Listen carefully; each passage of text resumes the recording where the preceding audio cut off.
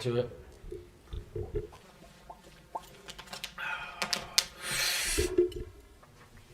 This is the Spoken Podcast. I'm your host, Lance Twidwell, here inside the Spoken Studios with my guys, Trevor Twidwell. What's good? And Eddie Ortiz. Yo. Episode 148 in full swing, full motion. We are so happy to be here, despite the fact that a couple of us may or may not be hungover from the previous holiday that just took place about less than 12 hours ago as we're recording this.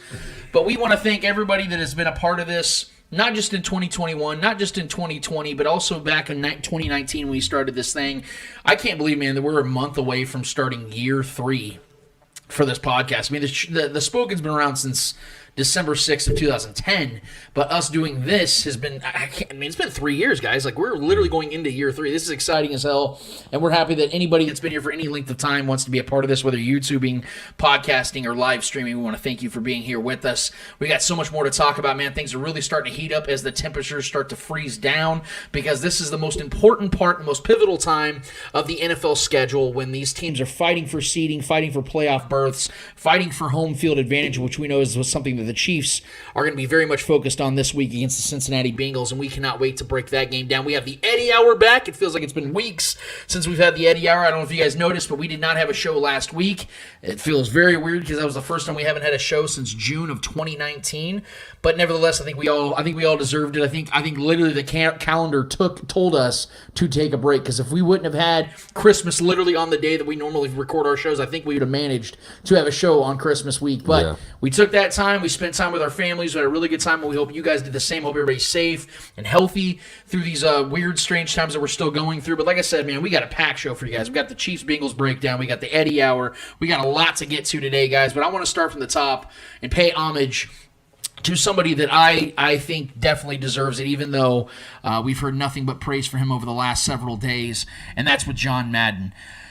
John Madden is such a unique character in the world of sports because he found a way to cross all platforms. Obviously, he was known for what he did in the NFL and who he was as a person for the NFL and in football and as a whole, but he was one of those rare people that was able to cross over and do marketing for other leagues and other teams and other sports, and it was such a great thing to witness for me as a young person who grew up in the 90s and early 2000s, because I kind of caught the middle and end of John Madden's career. But the cool thing about John Madden was he started his career as a football player, then transitioned into becoming a football head coach, and then had one of the most historic runs in the history of the NFL as still the highest win percentage for a head coach in NFL history, with a minimum of 10 years as a head coach in the league. I believe he won 3 out of every 4 games. He won a Super Bowl. He brought the Raiders prominence. He made them a deadly and scary team for an entire decade. And then one day, John Madden was just done. And when I say he was done, he was truly done, because John Madden was one of those men that when he said something, he meant it. And he told everybody at that press conference after year 10 that I'm done coaching and I'm never going to coach again. And he never did. And the crazy thing about John Madden was, as great of a coach as he was and still is revered to this day, one could make the case that that wasn't even his greatest accomplishment in his professional career. John Madden not only took what he was as far as greatness at the head coaching level of the NFL, which he was definitely ahead of his time in a lot of ways. Him and Don Shula and Bill Walsh, guys like that at those times were the ones that really revolutionized football. And I don't think the league would be the same without them, just as head coaches. But John Madden took the league and took football as a whole, as a sport, and took it to a completely different level that no one ever could or ever would outside of him. He popularized the game in such a way that I think can only be credited to him directly, because of the fact that he simplified the game to people just like us, the common folk. Now, there are guys out there, you hear Cooper Kupp, when he breaks down in that interview, he breaks down all the plays, you're sitting here trying to figure out what the hell he's talking about. It almost sounds like he's speaking a different language within our language. But John Madden took all that, and he literally simplified it and broke it down in layman's terms for us to better understand it. And I think the casual viewer and the casual listener and the person that was still trying to figure out if they liked football or not back in the 80s and 90s realized how much they really could enjoy this game. And it was because of the way that John Madden broke it down for everybody. And it's so ironic, because John Madden was a guy that when he was coaching in his NFL career, he despised. the commentators. He despised broadcasters. He called them hairdos. Him and Howard Cosell used to go at it all the time. Howard Cosell was a legend, and John Madden didn't give two shits. He still came at him. He still barked at him and did not want to broadcast. And then ends up becoming the guy that revolutionized broadcasting as a whole. He's the one that came up with the first down marker. We didn't have that before John Madden. He's the one that started drawing on the screen and showing you breakdowns of plays. We definitely didn't have that before John Madden. And he also brought a juice and a liveliness to a broadcast that we definitely didn't have before. There were greats before John, and there have been greats after John, but he was the most unique, singular commentary, color commentary in the history of the NFL and the history of sports, quite frankly. And not to mention, what has unified everybody over the last 25 plus years is John Madden's football game, Madden. It started out as John Madden football, ended up just becoming Madden, and it was the single most popular sports game in the history of all gaming.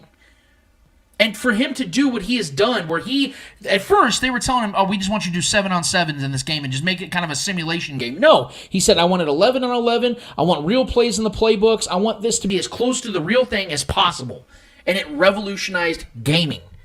So you look at the three categories that John Madden revolutionized this game. I think that there's no question when I say that John Madden is the single most important and most valuable person in the history of the NFL. The NFL owes him so much, and us fans owe John Madden so much, and I am so grateful that I got to witness a lot of his commentating career, his broadcasting career, got to play the majority of these games that have come out, and really enjoyed what he brought to this game. And the game will never be the same without him, and it really sucks that we lost him.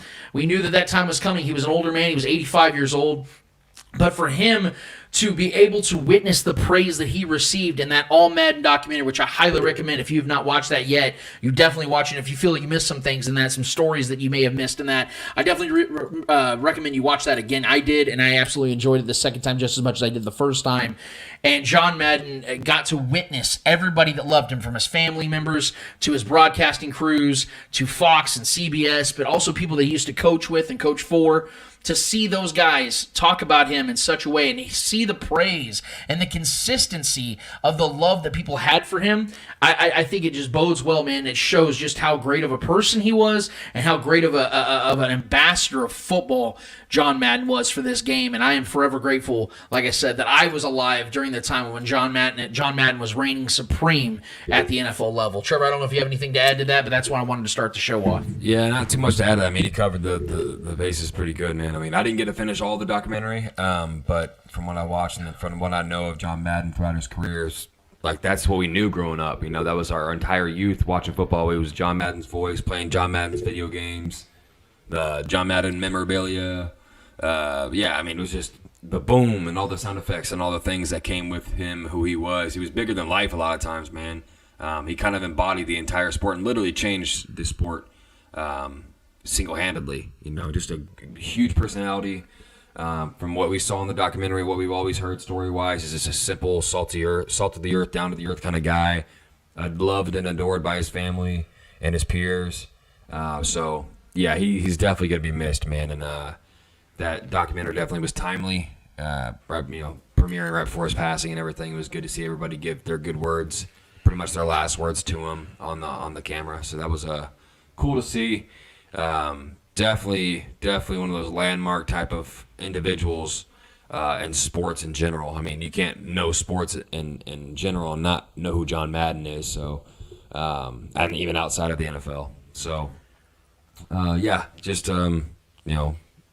rest in peace, and his, much love and condolences to his family.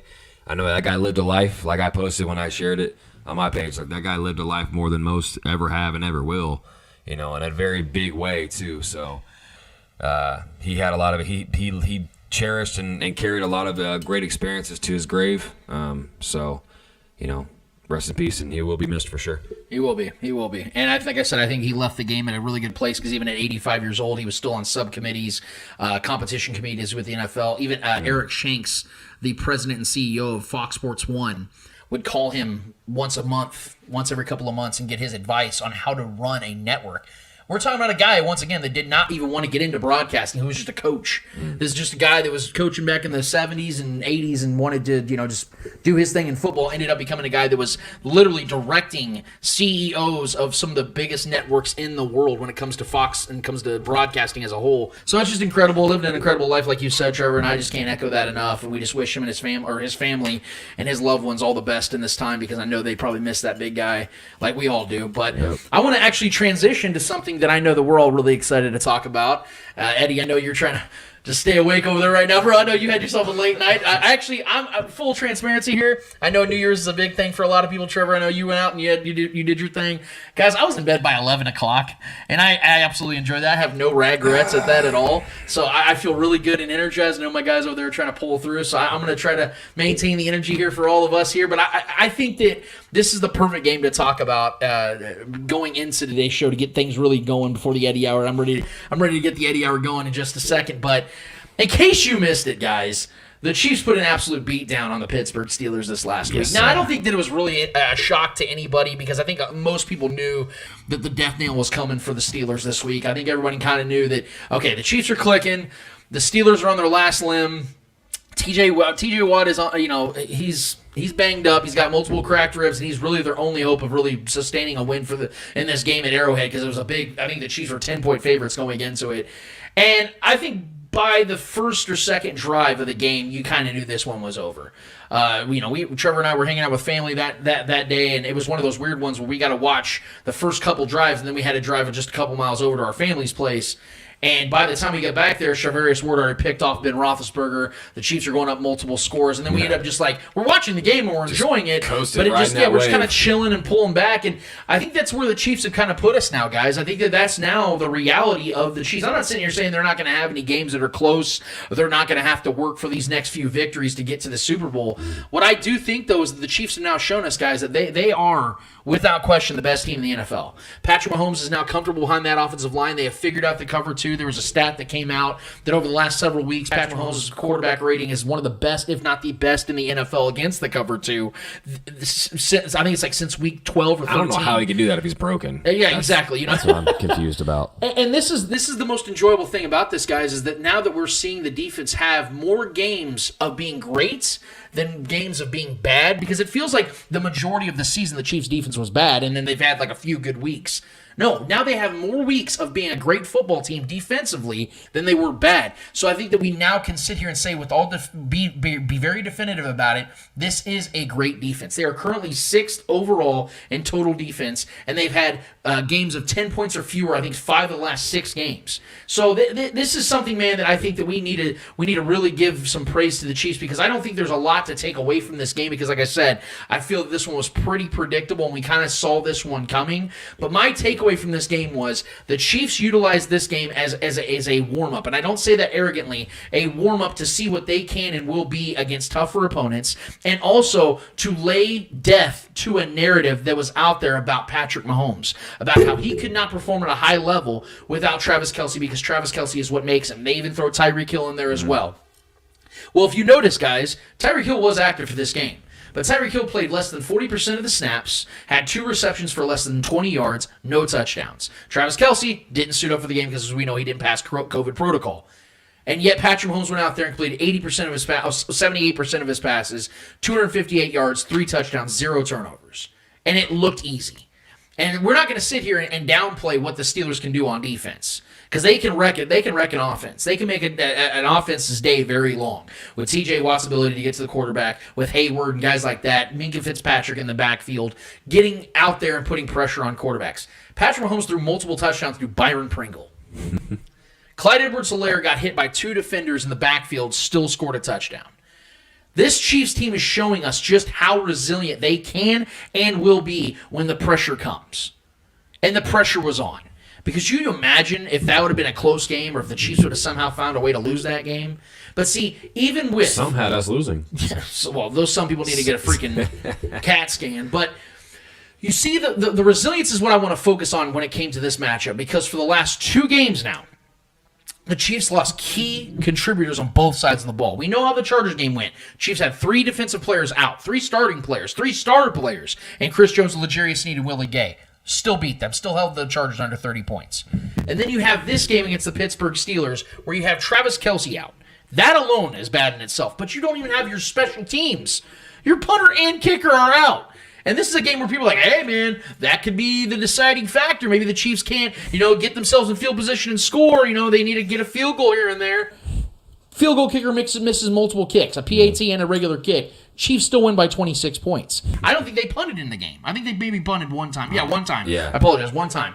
And I think that was like the one fifth. too many. Was it the 15th or 16th 3 and out this season for the Chiefs? Yeah. Like something We absurd. didn't lead the league in the least amount of It's 3 and outs. absurd, man. Bad punt, too. It was a really bad punt. But see, even with all of these things considered, star players out on both sides of the ball, horrific special teams performances, special teams guys being out. There was multiple coaches out. Kafka wasn't there. Secondary coaches weren't there. And they still dominated their opposition. That defense, man. And we're not sitting here talking about a team that has not been coached by one of the best coaches of the last 15, 20 years. We're not talking about a Hall of Fame quarterback still there playing for pride, knowing this is his last season. Mm-hmm. And they still went out there and made it look easy. At one point, it was 36-3. I know they got the touchdown at the end, but that touchdown was with minutes left.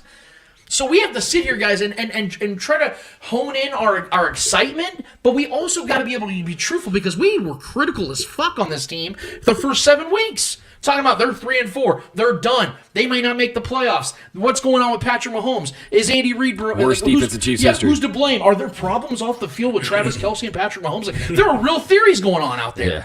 And now we're 8 straight victories in. We have to bring that same energy on the other side, guys. I feel as good about this team as I have over the last 3 to 4 years. I think I said it before the season, I stick with it. This is the best team Patrick Mahomes has had in the Mahomes era. This might be the greatest Chiefs team we have ever seen.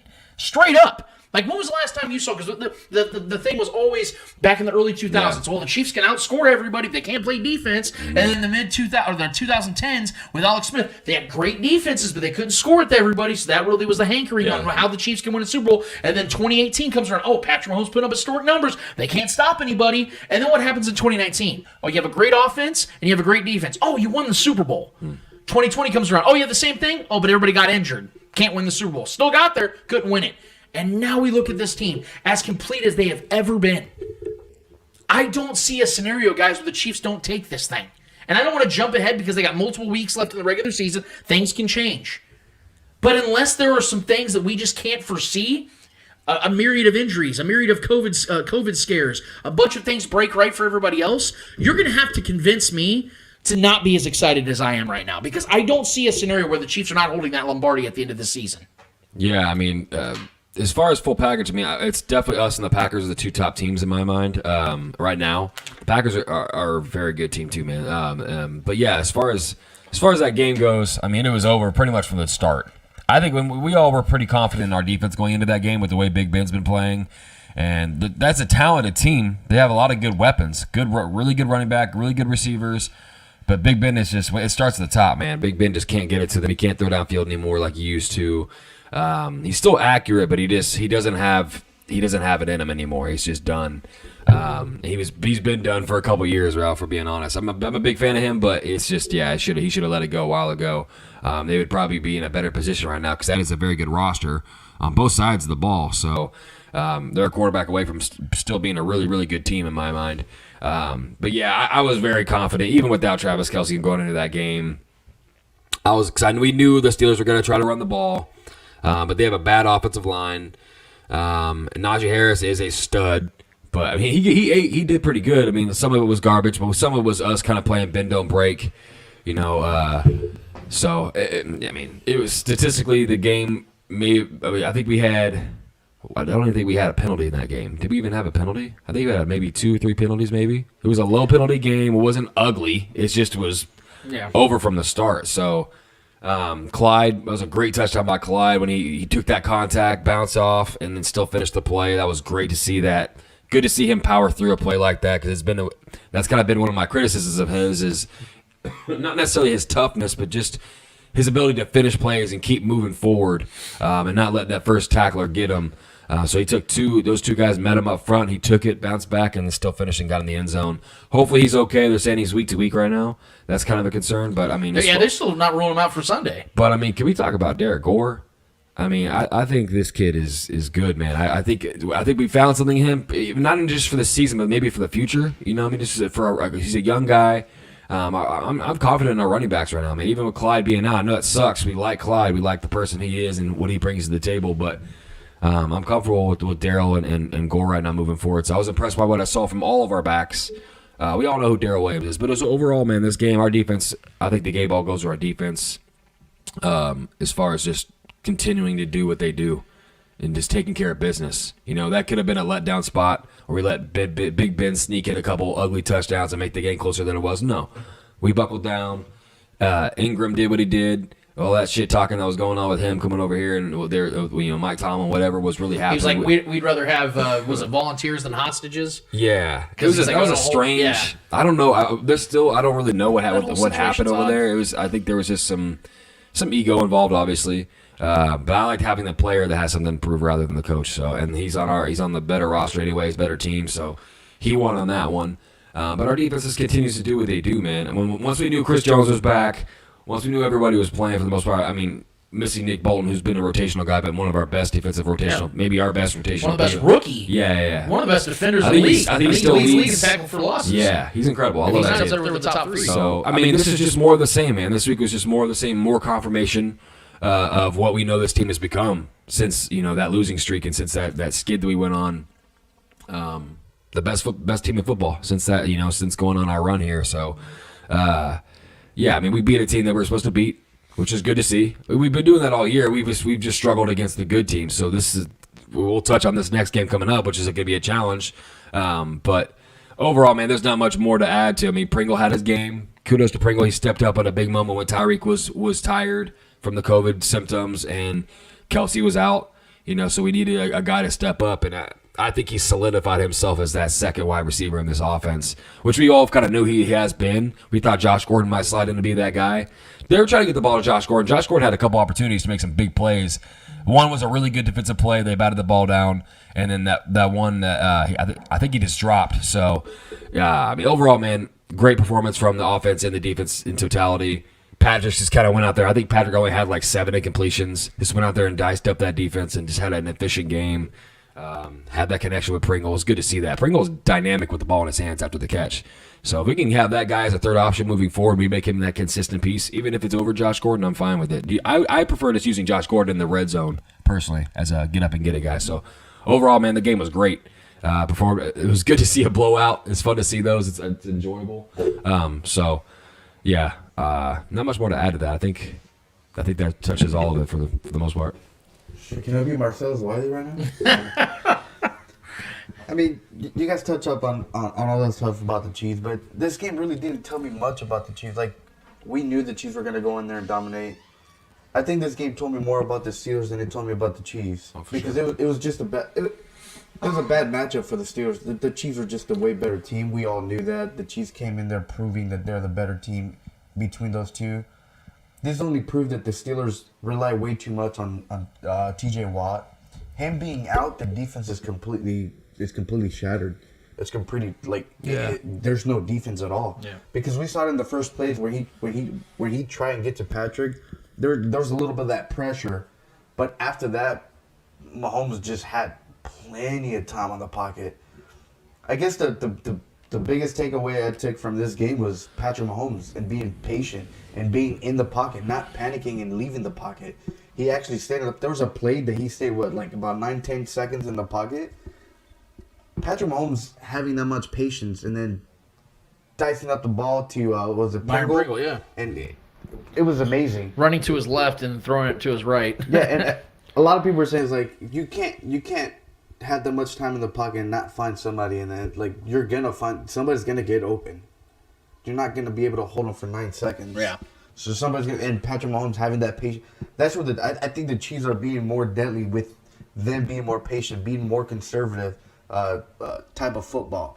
I know a lot of people like the aggressive and go for the kill every time, but I love the way these Chiefs are playing. I love how they adjusted to this conservative thing. I love how they're making these conservative plays and make them into a big play. Yeah. Because Patrick Mahomes throwing the ball 5-10 yards down the field, and it turns into a 20-30 yard game. So I'm liking this Chiefs football. This is what's making this Chiefs offense even greater than what it was because they're adjusting to a new play to a new challenge that they weren't challenged before. So this is making that team even more deadly because they can hit you with the deadly shot, but they can also hold the ball and then just keep it moving. Yeah. And just keep running the clock down. We saw that against the Steelers. They were running the clock. We saw the Steelers come in, do a 3-and-out, and then the Chiefs just ran down the clock about like 6-7 minutes on just one drive. Score a touchdown. And I think the Chiefs are even more deadly like that because if you do that against good teams, you're going to keep a good quarterback on the bench, and that's what you want. Even though I believe now Patrick Mahomes has a full trust on this defense, that this defense can definitely carry him to a victory because we've seen it in recent weeks.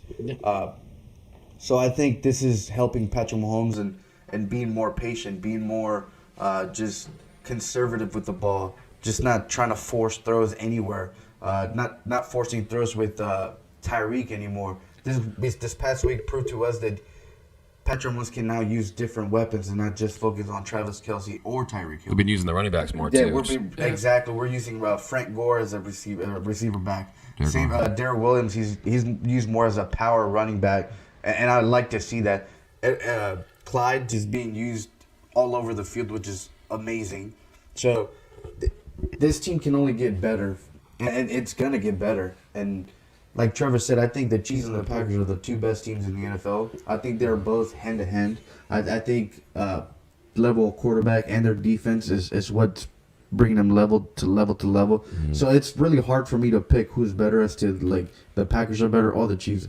I don't really have a who's the best in the NFL. I think those two are neck and neck for that. So that's fair. Yeah. And I think that's a conversation we can continue to have.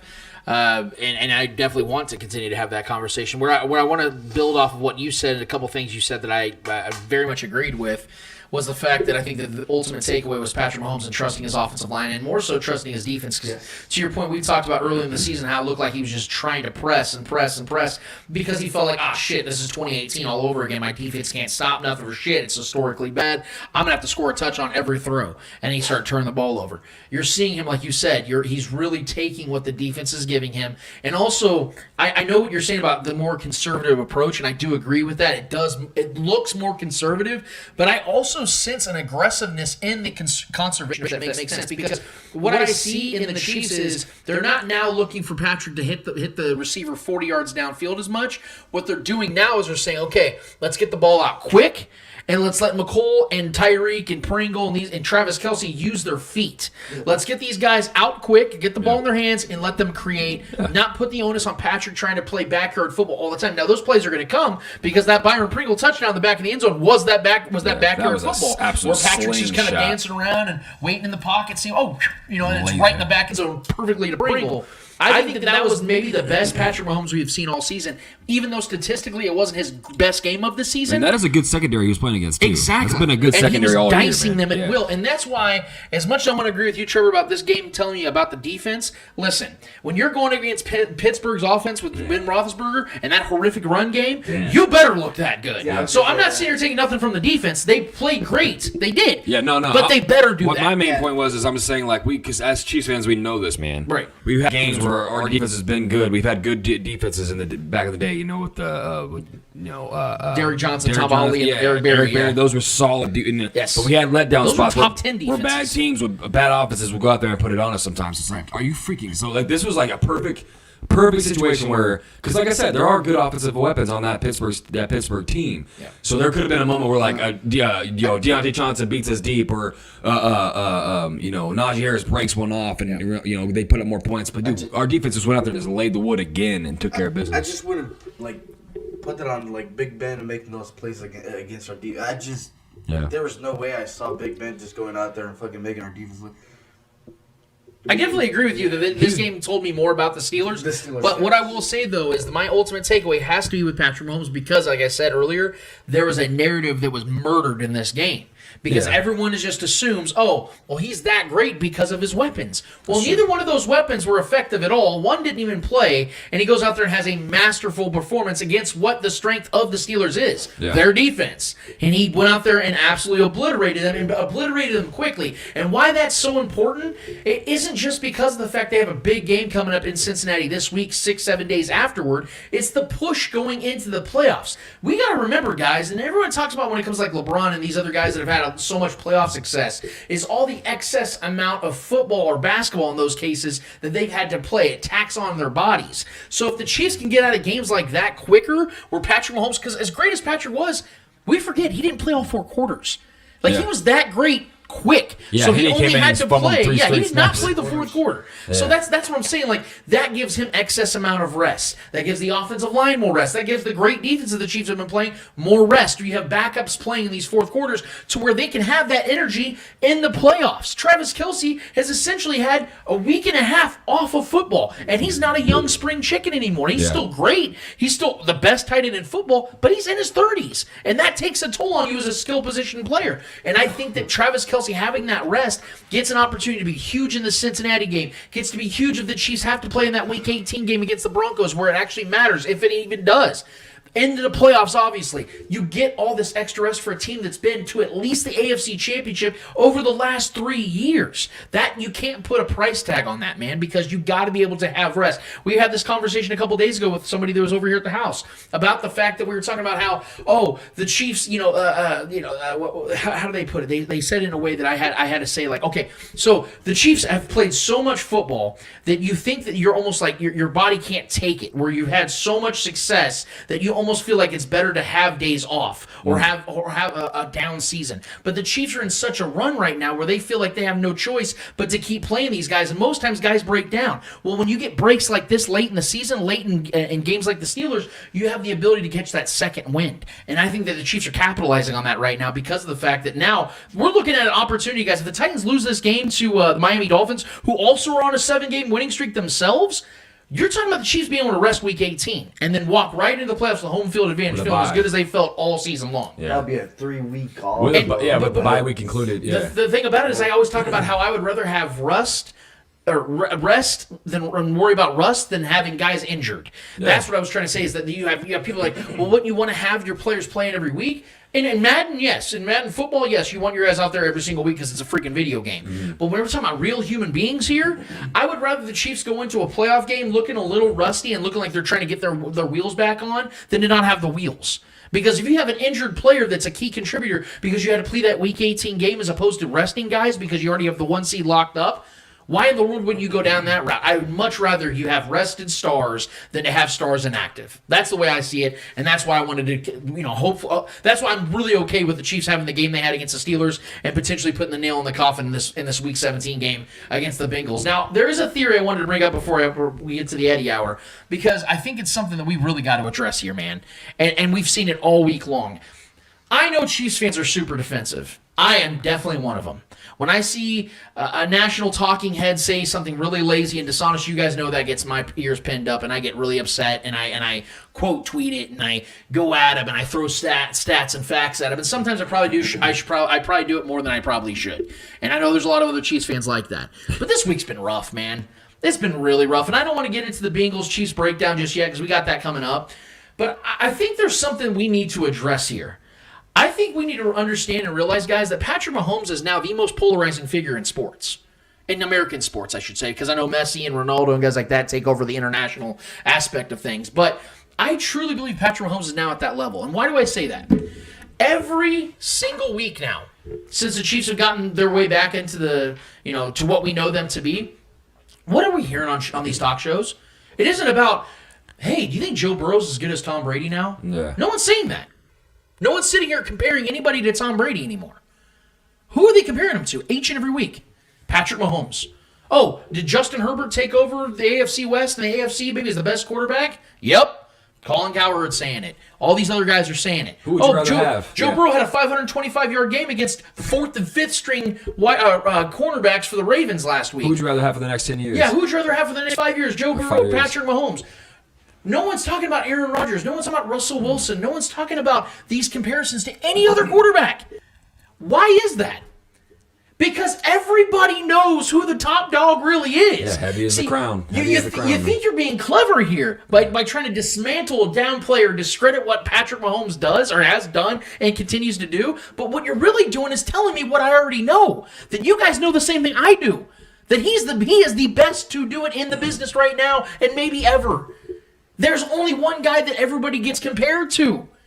It's hilarious. The Tom Brady is still an active player. Everybody calls him the GOAT.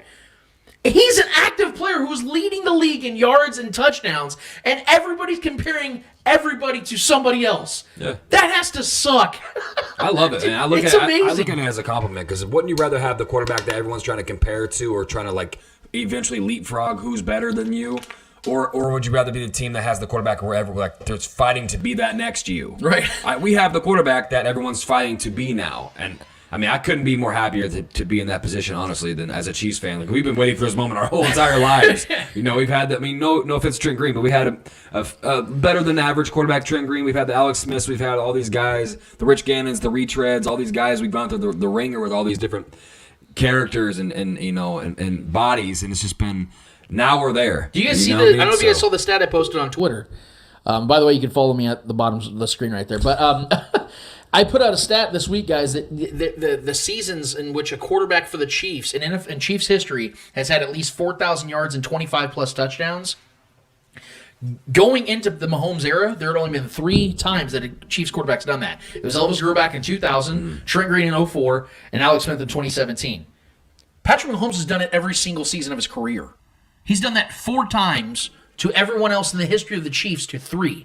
So, from a historical standpoint in Kansas City, he already has the most touchdowns in Arrowhead Stadium history, which is now GEHA. He now has all these statistics that are just piling up on that. He's going to be lapping the competition. And now you're seeing at the NFL level. Like, think about this, guys. I don't want to jump too far ahead because we're going to talk about this as the season progresses.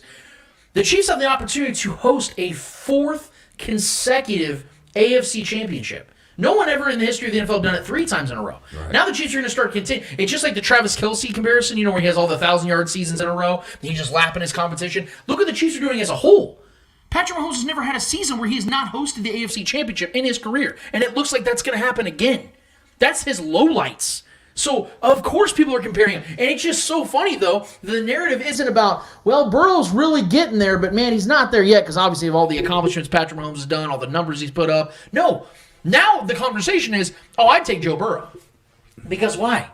People are getting sick and tired of Patrick Mahomes already, guys. The dude just turned 26 3 months ago, and we're already sick of the dude. We're already sick of the guy. We're already like, man, can we find somebody else? Can Justin Herbert just, beat him in a meaningful game? That'd be really cool. Can any of these quarterbacks beat him outside of like week 3 or week 4? That'd be really nice. No, it's December now, and the Chiefs have lost 1 meaningful game in the last 2 seasons in December. 1. They've lost 2 total, and it was one against the Chargers last year when the game didn't matter. Yeah, we sat everybody. Like, the league is getting... And I said this, I remember we talked about this on the show like a year ago. It was over a year ago. I said, guys, I hope you're... It was actually, it was before the 2020 season. I said, watch out. People are already going to consider the Chiefs the villains of the league. They may be lovable, and they may not be as despised and hated like the Belichick and Brady era because they were crotchety, and you hate looking at them. They had that punch-me face thing. Nobody really hates Andy Reid. And then to the core of it, nobody really hates Patrick Mahomes. They're so lovable, and you're like, God, I hate these motherfuckers, though, because they keep beating my team. They keep dominating the AFC, but they're cool. It's like the Warriors in a way. Like when people compare them, you love watching them play because they're shooting threes, and they're doing all these cool things, and they're winning, and all this stuff. So you naturally are attracted to them, but you fucking hate them because they beat the shit out of everybody else. That's all. You know that there's only one AFC team that Patrick Mahomes hasn't beaten? It's the Chiefs. Like, that's the only AFC team he's not beaten in his career. Like, already. That's absurd to think. Yeah. He's beaten every other AFC team. He doesn't have a Saints. To his Tom Brady. You know what I'm saying? He ain't getting egg-shelled by the Saints. So I just needed to throw that out there and kind of get your guys' thoughts on this. Eddie, I want to hear yours before we move to the Eddie Hour. Do you consider Patrick Mahomes like that new standard, that new bar that everyone has to excel to? Because obviously he's on the minds and mouths of everybody that's out there when it comes to comparisons. Yeah, I guess you can say that because Patrick Mahomes at one point was a brand new shiny toy that everybody wanted. Mm-hmm. And obviously, let's say we're all kids, right? We all want that new shiny toy.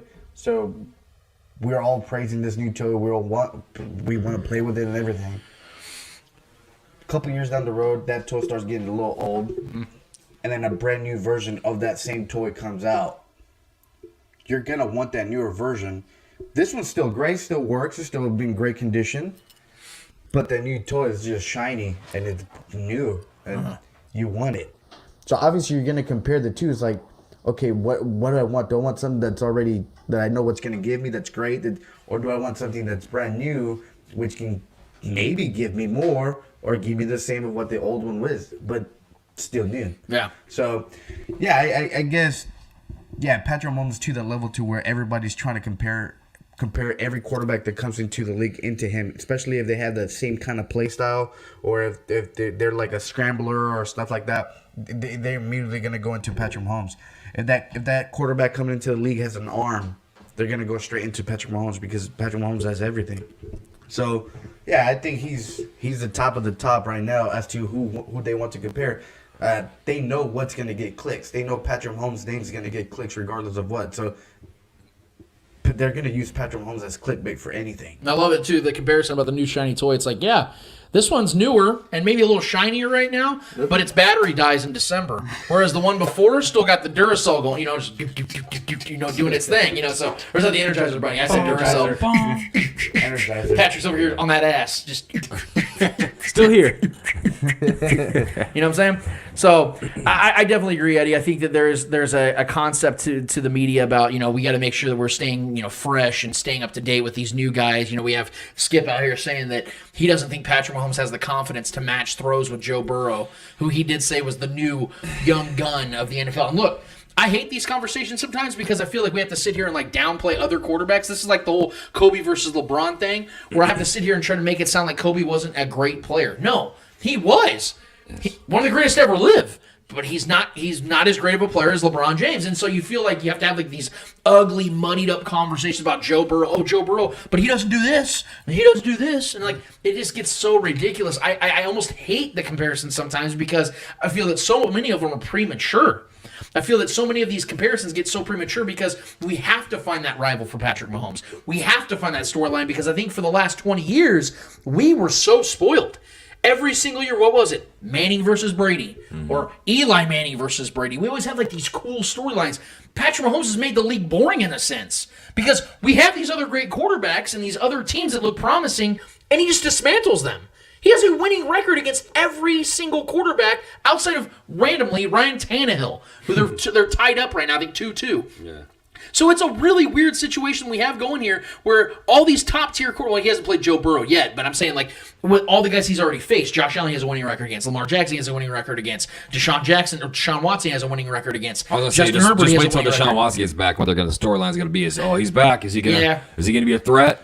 He is when he's. Absolutely is. I'm just saying, just wait. It really depends on where he lands. Just wait for that to happen. If he ends up in the NFC, then it's a non-story. But if he, let's say, goes to the Dolphins, it is a conversation. I think Cleveland That's definitely smart. We can definitely. I have or some Denver. theories. Denver's still an option too. We have some theories. Cleveland I think Denver's going to strike out on a big quarterback. I think they're going to get a Jimmy G or somebody like that. Denver's primed to get somebody, man. They've been primed for years and they haven't gotten them. So I don't see it happening, especially when Vic Fangio keeps his job. They did land Peyton Manning at one point. So yeah, that was 10 years ago. I'm saying that if they can. They're saying they can attract Peyton Manning. They can attract anybody. So we're going to have the Eddie Hour for the first time in a couple weeks, Eddie. Hope you're ready for it. I know I am. So let's get right to it. The Eddie Hour is now here. It's the first Eddie Hour of the 2022 calendar year. What do we got today, man? All right, man. Let's go straight into this shit. I'm going to go into the NBA, man. I know I've asked you this question this past week, but I also want to get Trevor's thoughts. And I know I've asked this question before already, but because Lance Ward's last time I said this was wait till December is done and over with.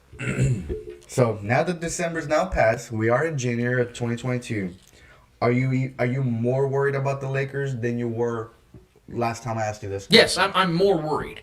I don't know how you couldn't be because of the fact that since the last time you talked about it, they have a losing record. They at one point lost 5 straight games.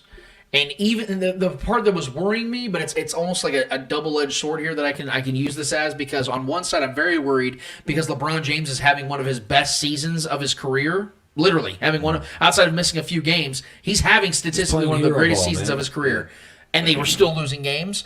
But it also gives me a little bit of peace because LeBron is playing at this level at this stage of his career. which means that things are only going to get better. Because if LeBron's playing like this, all it takes is for AD to catch back on. And we know that him being a superstar player, once he catches back on and LeBron continues to play like this, which I expect him to play at some average of this, the Lakers are going to bounce back. My problem, though, is what I anticipated this team to be with Russell Westbrook learning and adjusting to the new demand of which is to play, third wheel here. He's not doing it. He's gotten better with his turnovers, but he's still so damn reckless with the ball. And he's missing layups that he thought looked like dunks at first because he remembered he's 33 years old now. It turns into a layup, and he bricks it, and it just looks horrible. He has these horrible decisions down the stretch. He only has one speed still. I thought he by now would have learned how to adjust with maybe playing a little bit more of a possession style of offense as opposed to just fast pace. It's not happening still, and it's costing the Lakers games. But am I still overly concerned or worried that this team can't bounce back? No. They're too fucking talented. They have LeBron James, who at worst is the third best player in the world still. I still think he's arguably the best still. I really do. So with all that considered, I have to believe that the Lakers are going to put this thing into motion because this is an older team. And what do we know about the Chiefs, who are not an older team but have been around and been so successful these last few years? They've paced themselves this year. I'm not making excuses for the Chiefs' failures early this year, just like I'm not making excuses for the Lakers. But I think that some of these teams look at the regular season differently than others. Teams that are still trying to prove themselves and haven't won shit, they're looking at these seasons going, all right, we got to hit the ground hard. Look at the Cardinals. Look at the way the Cardinals are playing football. Start off the year hot again. Look at the Raiders. Start off the season hot again. Broncos, same thing. And then what happens? They start getting exposed. And I think the Lakers are looking at this going, hey, let's use the first couple of months of the season. Let's build something here. Let's get our chemistry going because although we know each other well, we haven't all played together very well. We've all been successful in our own regard. Let's put this together. Let's see what happens. Will it work? I don't know. They could very well, I don't think they're going to miss the playoffs, but they could very well get smoked in the first round. Am I picking that? No. I still have confidence this team's going to turn it around and make themselves a prominent figure in the the Western Conference playoff picture. We'll see how it goes, but I got faith in LeBron James. I got faith in AD. I got faith in this coaching staff, and I have faith in the Lakers as a whole. I definitely have faith in LeBron to perform. That's never been a question for me. That's never been the problem. It's just this team's not good, man. It's just not.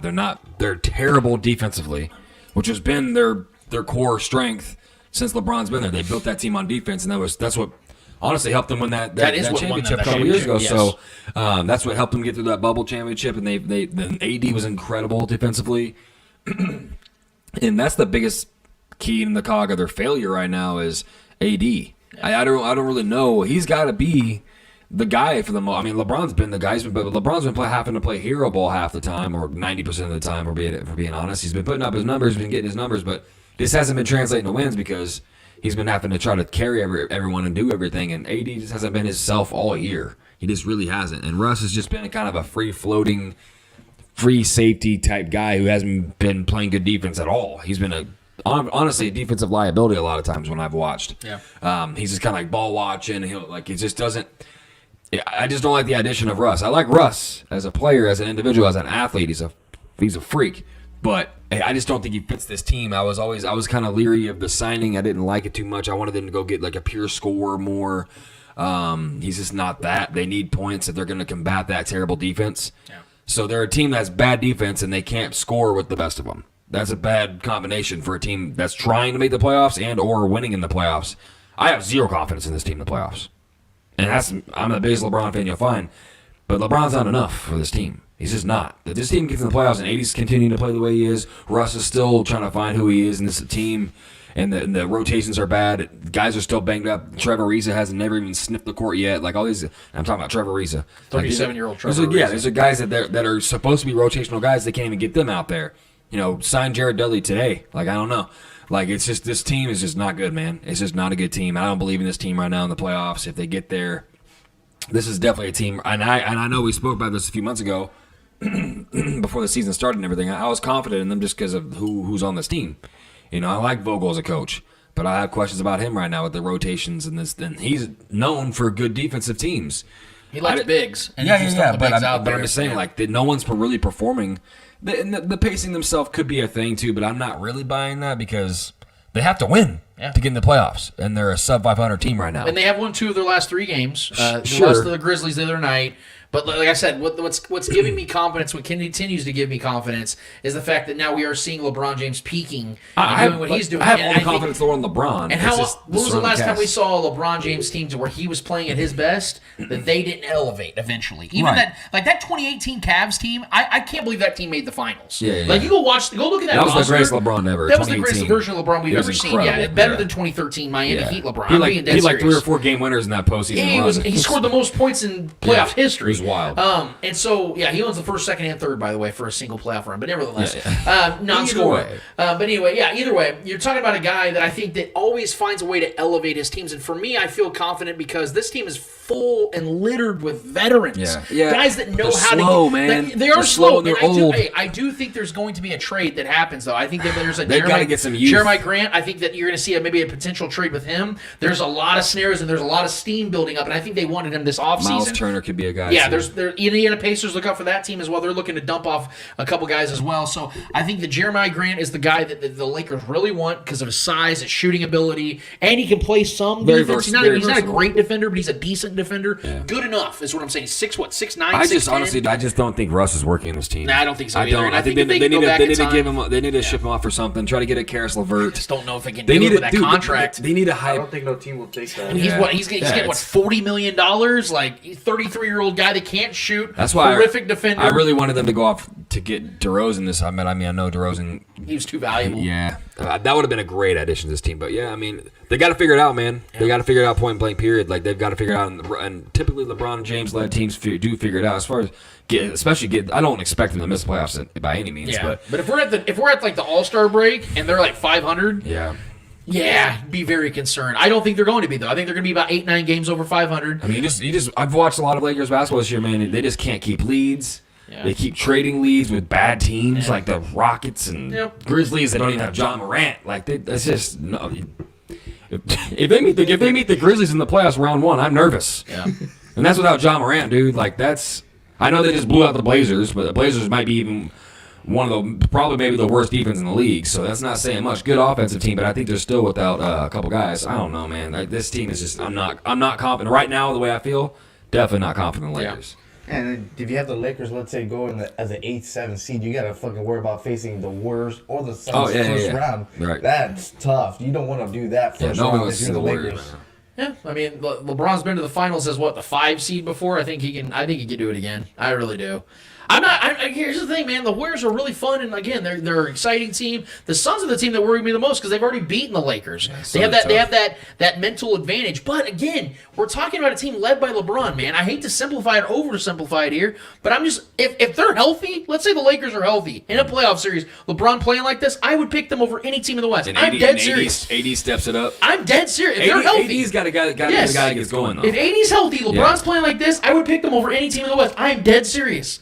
Give me a series where LeBron James can strategize with his lineups and all this other shit, and he's playing the way he's playing right now. I'm not picking anybody else. Yeah, the only team I'm like, if the Lakers are playing good basketball, because the Lakers are not playing good basketball now, but if they're playing good basketball, LeBron continues to do it, and AD is stepping up. Yes.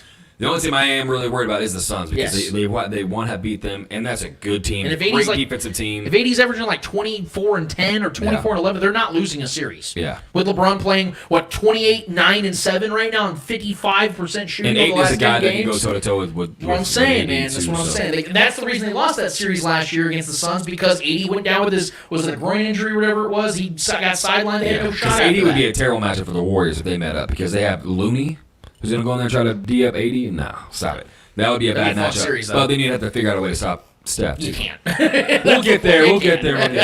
He'd be averaging 32 a game in that series. Yeah, we got to see what Clay is when he comes back. Big question. So. Still haven't seen him, have we? No, but he was supposed to play in Christmas. Yeah, I believe Steve Kerr said he was saying that he's good to get. He's healthy enough to play, but he said he doesn't want to throw him out there if he can't play a full game. Yeah. So he can play. He can play some limited. I'm worried about because Clay gets out there, he's gonna want to play the whole game. Yeah. I'm worried about Clay, man. I want to know what we get back. I really do because I think he's always gonna be a great shooter as long as he plays. Because I don't think that ever goes away unless you just stop playing basketball.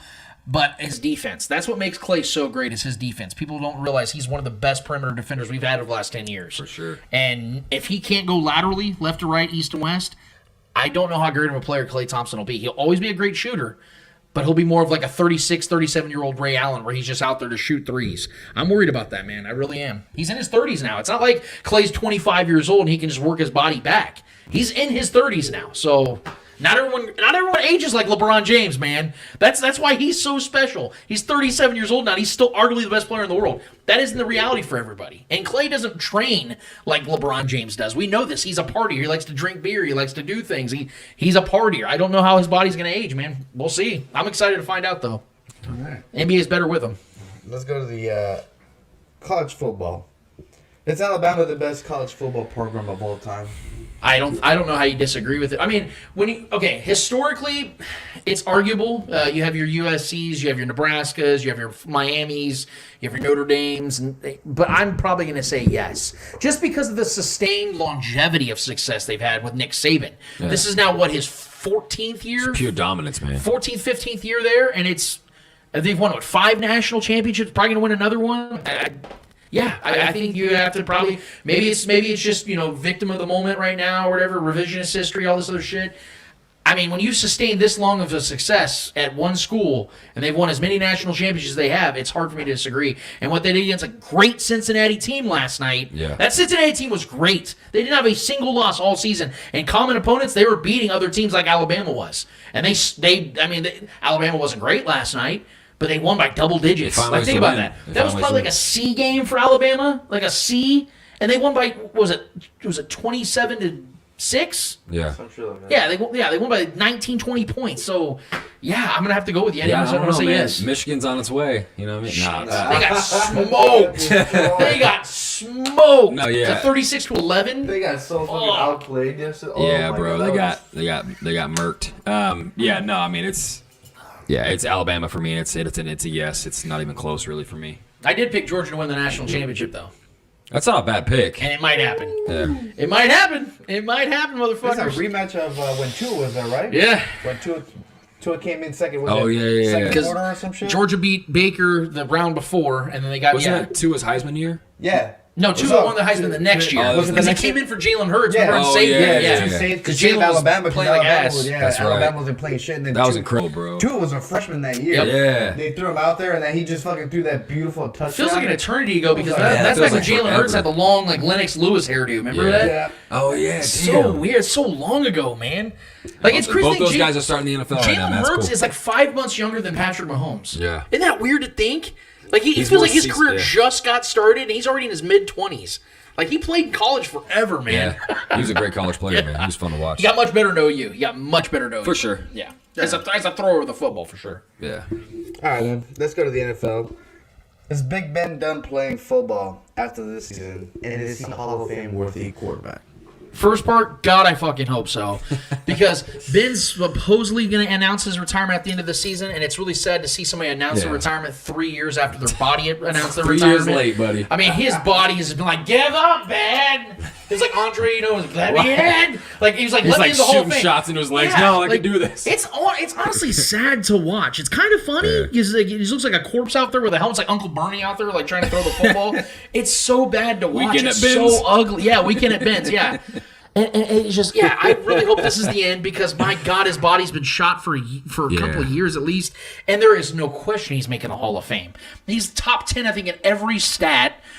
He's a 2-time Super Bowl winner. He's been to the Super Bowl 3 times. He's played one of the most marketable and most popular franchises in NFL history.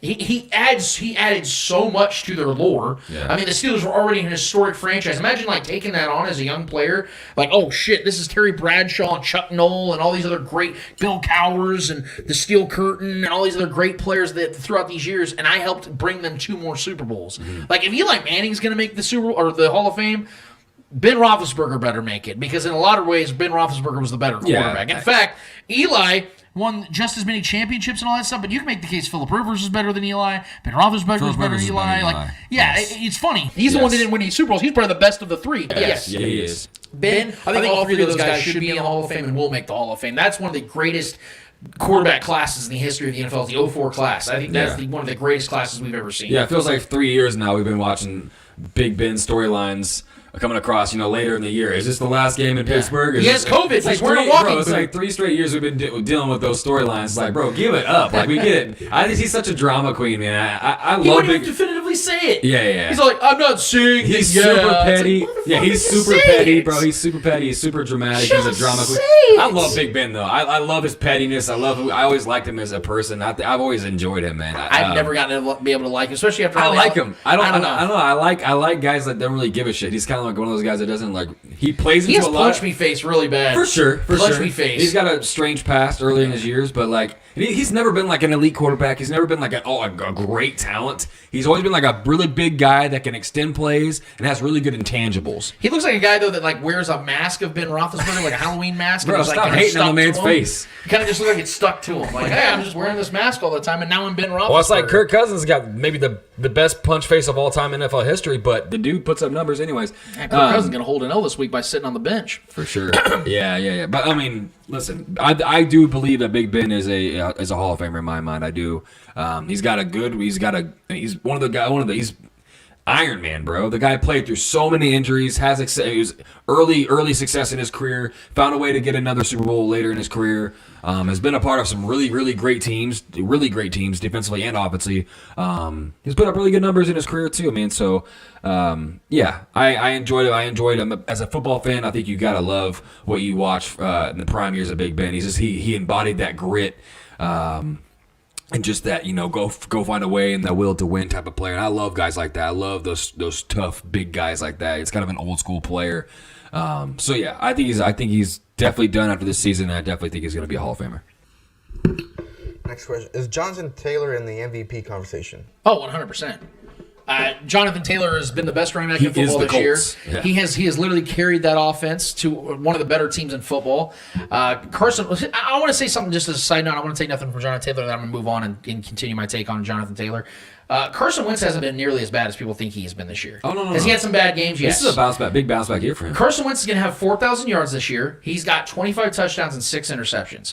You would take that from any quarterback in the league. He's going to probably finish around 30-ish touchdowns if he plays this Sunday, which I don't even know if he's going to play this. They said something about his symptoms or not because he has 5 days now. It went from 10 days to 5 days. Yeah, and I'm he not can come sure. back. It's so confusing. But anyway, Jonathan Taylor has had a season that I think that it's a replica of like the 2002, 2003 Priest Holmes or the 2006 LaDainian Tomlinson, where it's like, how in the hell did a running back in this era get these numbers? I mean, he's going to have damn near 2,000 rushing yards, damn near 20 rushing touchdowns. Like, that's something that happened 16, 17 years ago. Yeah. You don't see that in today's NFL. I know Alvin Kamara. He's incredible, bro. Alvin Kamara put up some big numbers like that, but it was a lot of receiving. Austin Eckler, too, is having a huge But to year that this year, point, too. He's got like Austin- 17 touchdowns or something Right, like that. but Austin Eckler will catch 6, 7 touchdowns, yeah. and Kamara will catch 9 touchdowns. Like a lot of it isn't like these grueling ground and pound numbers like Jonathan Taylor's putting up. Where And it's funny, too, he kind of had a slow start to the year. Like, the Yeah. first few weeks, he wasn't, like, getting that many carries and doing that much. shit coming into last Now he's season. averaging, like, 25 carries a game. Coming into last season, he was the backup running back to he was the backup to Hines, wasn't he? No, Hines was. They had Marlon Mack. It was like a compliment. Marlon Mack was There you kind go. of the lead My back. apologies. Yeah, Marlon Mack. It was like the focus was Marlon Mack. Who's He gets good injured. also. He's good also. And they got this but- dude they got from was it yeah. Wisconsin? I think that Jonathan Taylor went to whatever college he went to. Yeah. They have like this Yeah. guy this complimentary piece that ends up becoming an elite star. He's a stud, What man. I will say though, Eddie, is this. I don't think that if it was my way, there's no way with any real conviction I can pick Jonathan Taylor as the MVP. And here's why. Because you have 2 prolific quarterbacks right now that are leading their teams to 1 seeds on winning streaks right now that are putting up historic numbers in their own respects. So no offense to Jonathan Taylor and what he's doing. You can't look me in the eye with a straight face with any conviction and tell me that you believe that Jonathan Taylor in himself is a more valuable NFL commodity than Aaron Rodgers and Patrick Mahomes. You just can't do it. Now, if Aaron was putting up bad numbers and Patrick Mahomes was still struggling and the Chiefs are on the verge of missing the playoffs, then yes, I will listen to that conversation. But you can't tell me that a team right now that isn't even winning their own division, that Jonathan Taylor, who plays a complementary position, is more valuable than those two guys in particular. I just won't listen to it. In fact, I'll even go as far as to say I don't even know if he's more valuable than Matthew Stafford. And the reason why I say that is because we saw the Rams, although a playoff team last year, was a very fringe team. A 15th, 16th best team in the league that squeaked in the playoffs, and you knew what was going to happen with their backup to their backup quarterback out there playing because Jared Goff got injured and Jared Goff was having a terrible season. Now Matthew Stafford's out there, I think, second in yards and third in touchdowns, or second in touchdowns, third in yards. To be able to do what he's doing at the level he's doing it and that quickly in this offense, you can make the case he's even more valuable than Jonathan Taylor. No offense. I love what Jonathan Taylor's doing.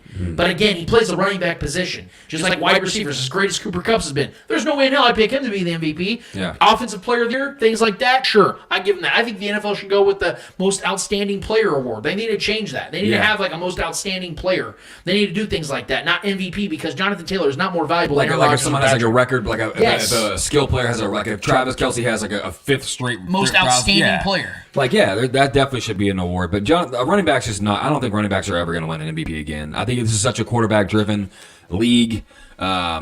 It's almost always that's a quarterback award. It just really is. It's kind of like the Heisman for the NFL. Yeah. And most of the time it's quarterbacks that are winning those awards. So I just because there's so much responsibility on that position. If you're elite at the quarterback position and you lead your team to win an entire division, if you like, so I think it's Aaron Rodgers and Patrick Mahomes, Tom Brady's up there still, even though he just put out a goose egg. I don't think a running back's ever going to win. I mean, it would have to be like you said, if Derrick Henry didn't win it one of the last couple of years when he's absolutely just went bonkers. I mean, I know this Jonathan Taylor's pace is up there as well, but I just don't think it's such a volatile position, and he's leading a team that is fighting for a wild card spot. If they were an absolute juggernaut in the AFC and they were the 1 seed, they would have a far better argument there. But This is a team that's had to fight for scraps just to make it into a wild card seed. They've been on a good run lately, but hasn't been a team that's kind of been really, really up and down all year, and no one's really believed in them until as of late. Because of him, obviously, he's an absolute force. He is so fun to watch. But yeah, I mean, I think out of respect, he should definitely be a candidate, and I believe he is. If you on Vegas, he's definitely up there in the odds. But it's just not in reality. That's just not the case. That's just a way of Vegas to kind of get your money. But he's not going to win it. But I do appreciate the respect that he is getting because it's absolutely warranted, and he 100% deserves it all. So. If he's runner-up, I wouldn't be mad if he's runner-up. I think that's well-deserved, too. But a running back's just not going to win this award when it's all said and done. All right. Who is the best candidate, in your opinion, for the Jaguars head coaching job and why? I made a post about this a couple days ago. First of all, I want to say there are a ton of worthy candidates. I think that Raheem Morris is a good one. I think Byron Leftwich from the Buccaneers is a great one. I think that you look at Eric Bieniemy as always going to be in the mix. I think that there's even Jim Caldwell, who hasn't been a coach in a long time, but was a very proven head coach in this league, would be a worthy guy, even though he's like 66 years old. I think if he wants to give it a go, we've seen old head coaches have renaissances like Bruce Arians and even Pete Carroll. What I will say, though, is this. I think that there's only one guy that really meets the criteria for what the Jaguars need, and it's Doug Peterson. Doug Peterson is the only one in this bunch currently. Now, there could be some new names that emerge that maybe meet that criteria, but the criteria has to be this. A guy that has already developed a young quarterback like Carson Wentz back in Philadelphia, which he did. Carson Wentz was on his way to win the MVP that year. Sure. But also he's won a Super Bowl. And he won a Super Bowl with a backup quarterback in Nick Foles against the greatest dynasty in the history of the NFL. One of the biggest, ballsiest plays of all time. He gave that call. Because Nick wanted the Philly, and Doug Peterson said, sure, let's do this. He wasn't just a head coach, he was the OC. Yeah. So, and I know Frank Reich was there. I don't want to disrespect Frank Reich, but Doug Peterson was the end-all be-all. He called the shot. Right? He won the Super Bowl there. He was wrongfully fired. I think that was a horrific decision by the Philadelphia Eagles. Maybe Sirianni ends up becoming something, but I think Doug Peterson was clearly the guy. Doug Peterson would be great for Trevor Lawrence, who is one of the most young, talented quarterbacks in this league right now. You get a guy that meets the criteria of what Doug Peterson automatically brings with the respect and reverence of being a Super Bowl champion in this league. And it wasn't like it was 15 years ago like John Gruden. This happened 40 years ago. Doug Peterson won a Super Bowl and has a fucking statue of himself outside of Philadelphia Eagles Stadium. So I think that he's the perfect guy. I think he's perfect for him. And he's only in his mid-50s, so he can coach for the next 10, 15 years if he wants to. To me, right now, as it currently stands, I don't think there's anybody that comes close. Other good guys, like I said, if Caldwell ends up coming back, if Byron Leftwich, I'm excited to see Byron Leftwich as head coach. I think he's a great offensive mind, but we don't know. What we do know about Peterson is he's done it. He has done it. So that's the guy for me. The kind of guy I think that not only Trevor Lawrence needs, but that entire franchise, they need a no bullshit in your face kind of coach. They went from having an all bullshit coach to finding some. I think Eric Bieniemy is a great guy too, because he's 100% a no bullshit guy, and I think he's one of those guys that would completely right that ship more than any other, more than Peterson. He's gonna be one of those guys that's gonna get up in your grill. He's gonna want to run and pound that ball. Yeah. I think that's a good balance. Trevor Lawrence needs someone who's gonna get in his face, and Bieniemy brings that collegiate kind of style. Old school kind of ground and pound kind of style, and he's also very creative. I mean, as we've seen him call some plays with Pat and create some plays with Pat and work to the strengths of great ball throwers like Patrick Mahomes. So I think that would be a great spot for not only Bieniemy. I mean, shit, dude, we've been pushing for Bieniemy to get a head coaching gig anywhere for the longest time. So I want to see him. I'm kind of biased because I want to see him get that chance and see what he does with it. But yeah, I mean, Leftwich would be obviously a great offensive mind, and you want to pairing that with a young, high, first round pick, and a guy like Trevor Lawrence, who I still very much believe in. I think he's got it. I still fully believe he's got it. This has been a rough start to his career, but I still believe in the kid a lot. I think he's got a lot of untapped potential in this league. But yeah, I mean, they need a no bullshit guy. They need a guy who's going to go in there and change that culture and take it by the horns and completely rearrange things after what they've been through and after some poor decisions that have been made from the ups there. They need someone who's going to go in there and be that loudmouth guy that's going to demand a locker room, and demand respect from the players, and let alone his quarterback. And I think that's what they're thirsty for. I think that's what those fans are thirsty for, and I think that's who they're going to go for. They're going to go for someone. I think it'd be cool to see Caldwell back. I think that'd be a great guy to bring, because that's another no bullshit kind of coach, get up in your ass kind of guy. Old school, bring that simple football. Simplify things. You know what I mean? So I think that's what they really need. They don't need anybody to be, some new bright mind. Just get in there and simplify things. Help break in Trevor Lawrence to this league. Help them get him acclimated. They have some good young talent there. They got a good receiver, the number one receiver, Marvin Jones, who I like, who's been a veteran in this league for a long time. They have some good defensive pieces, so that team's ready to go. But yeah, I think there's a handful of candidates, but they definitely need a guy with some attitude, in my mind, after the shit they've been through. All right, last question. What is your New Year's resolution? Oh man, to get a good podcast. No, I was kidding. Studio space. That's a good question. I've never, and I told you guys before the show, I've never been a big New Year guy, because I feel that, I don't know, maybe it's just kind of a blown out of proportion thing, because we made up years and calendars and stuff like that. I feel like your life should be built on other things outside of time, and I don't know. Maybe I don't want to go down that rabbit hole, but if I had to make one, I think it's just to be a lot less. And I've told you guys this before. Something I struggle with badly is knee-jerk reactions, and that's not just in sports and life. I let emotional reactions dictate and sometimes steer where I stand on certain things. And that's never a good thing. So I think in sports in particular, since obviously we talk sports here, I think that is something I need to really work on, because I think it was fair to criticize the Chiefs and what they were doing earlier in the year. But there was a lot of, I think, words and phrases that maybe I used a little bit. Like I was saying that Andy Reid was failing. I think that was a little unfair. I think that there was... Really clickbaity. Yeah, no, and it wasn't... Here's the thing. I've always told you guys, and I stand consistent with this, and I always will, and I always tell the audience this, I will never give you a take that I don't believe. I will always believe what I'm telling you. You've always been transparent. Yeah, I don't ever want to give you something just to try to get reaction. Now, that happens sometimes because of the take. Well, you're a dramatic individual. That's a natural thing of mine. So I think there are just some words I could have used a little bit better and been a little bit more patient and give this team, quite frankly, more credit.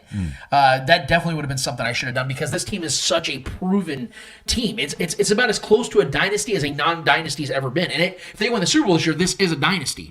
So I think that I needed to give this team a little bit more of a benefit of the doubt early in the year. I think what it did is honest, and not defending myself, because there were some things I said that were wrong. I think what it was is a shock of it all was we were so amped up and ready for the season, and all the pieces they added to the equation, and just knowing the first few opponents and how the Chiefs should just kick it right into gear and dominate the teams they've been dominating, and they didn't do that. And they were playing historically bad on both sides of the ball. You're thinking, Oh, I'm angry. I'm very angry right now. We waited all offseason for this bullshit. So, like, that's what I want to do is give this team a little bit more of I want to be more like Clay Windler. I'm just going to be honest with you guys. Like, Clay and Shaggy Shane and I, we talk during every game, honestly, every single day on our thread. And Clay is always the one that brings me back home. And by the way, happy birthday to my guy. His birthday was on the December 31st. I love my boy Clay Windler more than I could ever say. He is one of my best friends, one of my dearest pals. And this is why, Clay. I hope you're watching. I hope you're listening to this. Because you bring me down to earth a lot of times, dude. You are the most centered dude I know, where it's like, calm the fuck down. Andy Reid's got this, and I'm always like, but Clay, but dude, like, find your chi, Lance. Find your chi. Where's my joint at? You know, like, I gotta calm down. And Clay's always like, bro, they're gonna get through it. They're gonna be just fine. I'm like, he's like the Big Lebowski. I know Andy's. I know Clay's right, but I don't want to say he's right because I'm so mad right now. Me and Shane over here just so angry and cussing up a storm, and he's like, bro, chill. We got this. Chill out, and he's man. always right. Clay is always right. So my brother.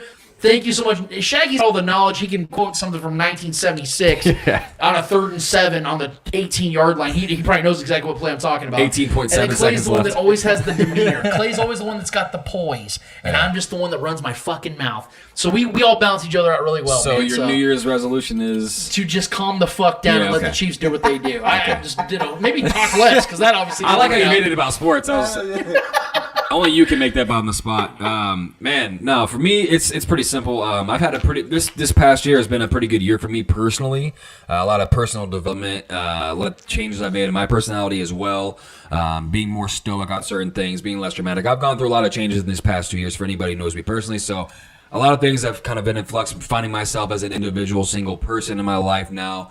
So just kind of, for me, just being as personal and open as possible on this podcast, just continuing that, carrying that over into the next year, continuing to do what I need to do financially to make myself more successful, keep working on myself, as an individual, as a man, leading 2 children in my life, and bring this podcast as well, starting, investing a little more back into this podcast with some of my time. Don't have a lot of it, but, trying to find ways to do that. Marketing this podcast a little more is something I want to do to help grow. We've been doing this for damn near 3 years now, guys. So we've been putting in the work. It's time to start seeing some ROI for this, and the time that we put into this on a weekly basis. So that's just one of those things. Just kind of continuing what I'm doing, my personal growth, and carrying that over into the next year, taking it to the next level, continuing to build on that. That's pretty much it. And yeah, just kind of continuing to be awesome. No, I'm just kidding. Just continuing to be, myself and figuring out who myself is and getting rid of the bad things that I don't like anymore. And just continuing to take those next steps in my life and bettering myself. So segued from the whole support thing and the ROI stuff, you actually can help us with that. If you go and click on our Anchor app link that is on all of our social media platforms, it will say on the link when you click on it, it shows all of our podcast episodes, and then it says support, and you can donate, give whatever you want to support this, because we have great equipment now. We have I believe a very good content to provide you guys each and every week. But man, it'd be really cool to add more flair to this thing and add more to the show. And I want to say too, if any of our listeners or we do get some good guests too. Yeah. And Lance, honestly, behind the scenes, Lance is doing most of that shit. So kudos to you, man. You do a good job.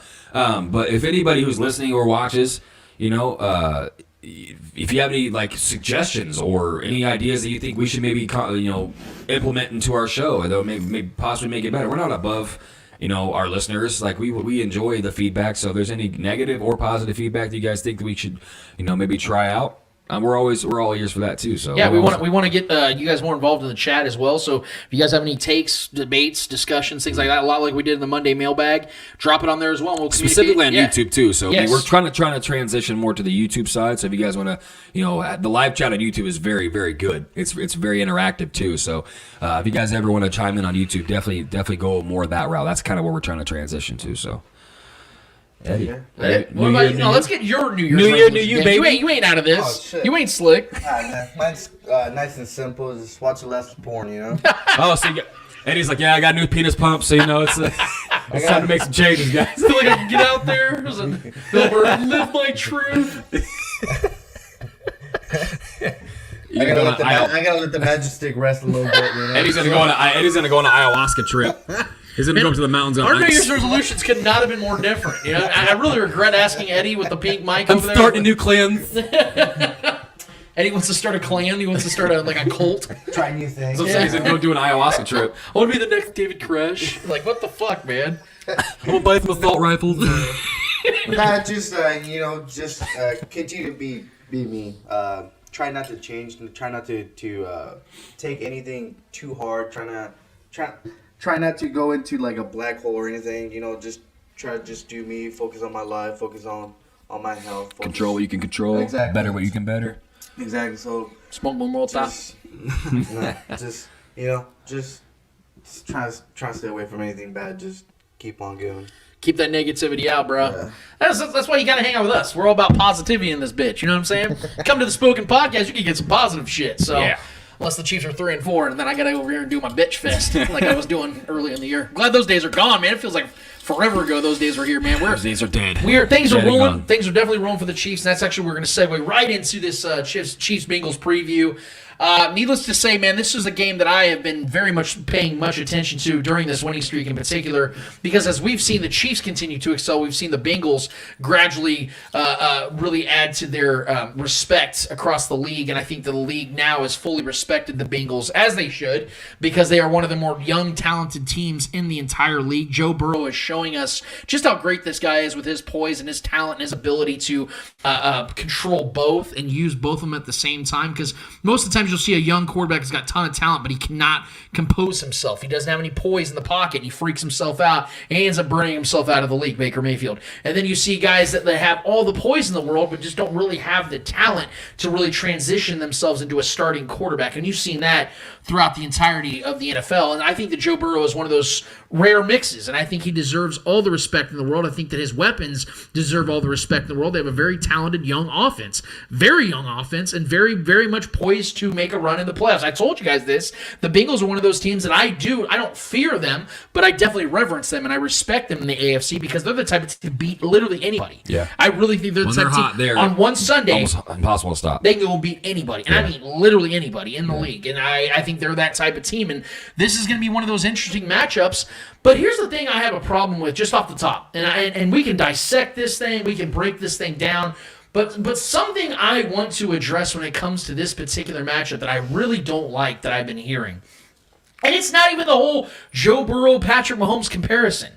It's the lack of respect the Chiefs defense has gotten in this. Yeah. Have we heard really anything? And I've been trying to pay attention to it as much as I can, just to consume it and just kind of get a grasp of what people are thinking about this matchup at the national level, because we're all on the ground. We hear everything here in Kansas City. We know what there is to be known about this. But a lot of times people just kind of nitpick stuff at the national level as talking points.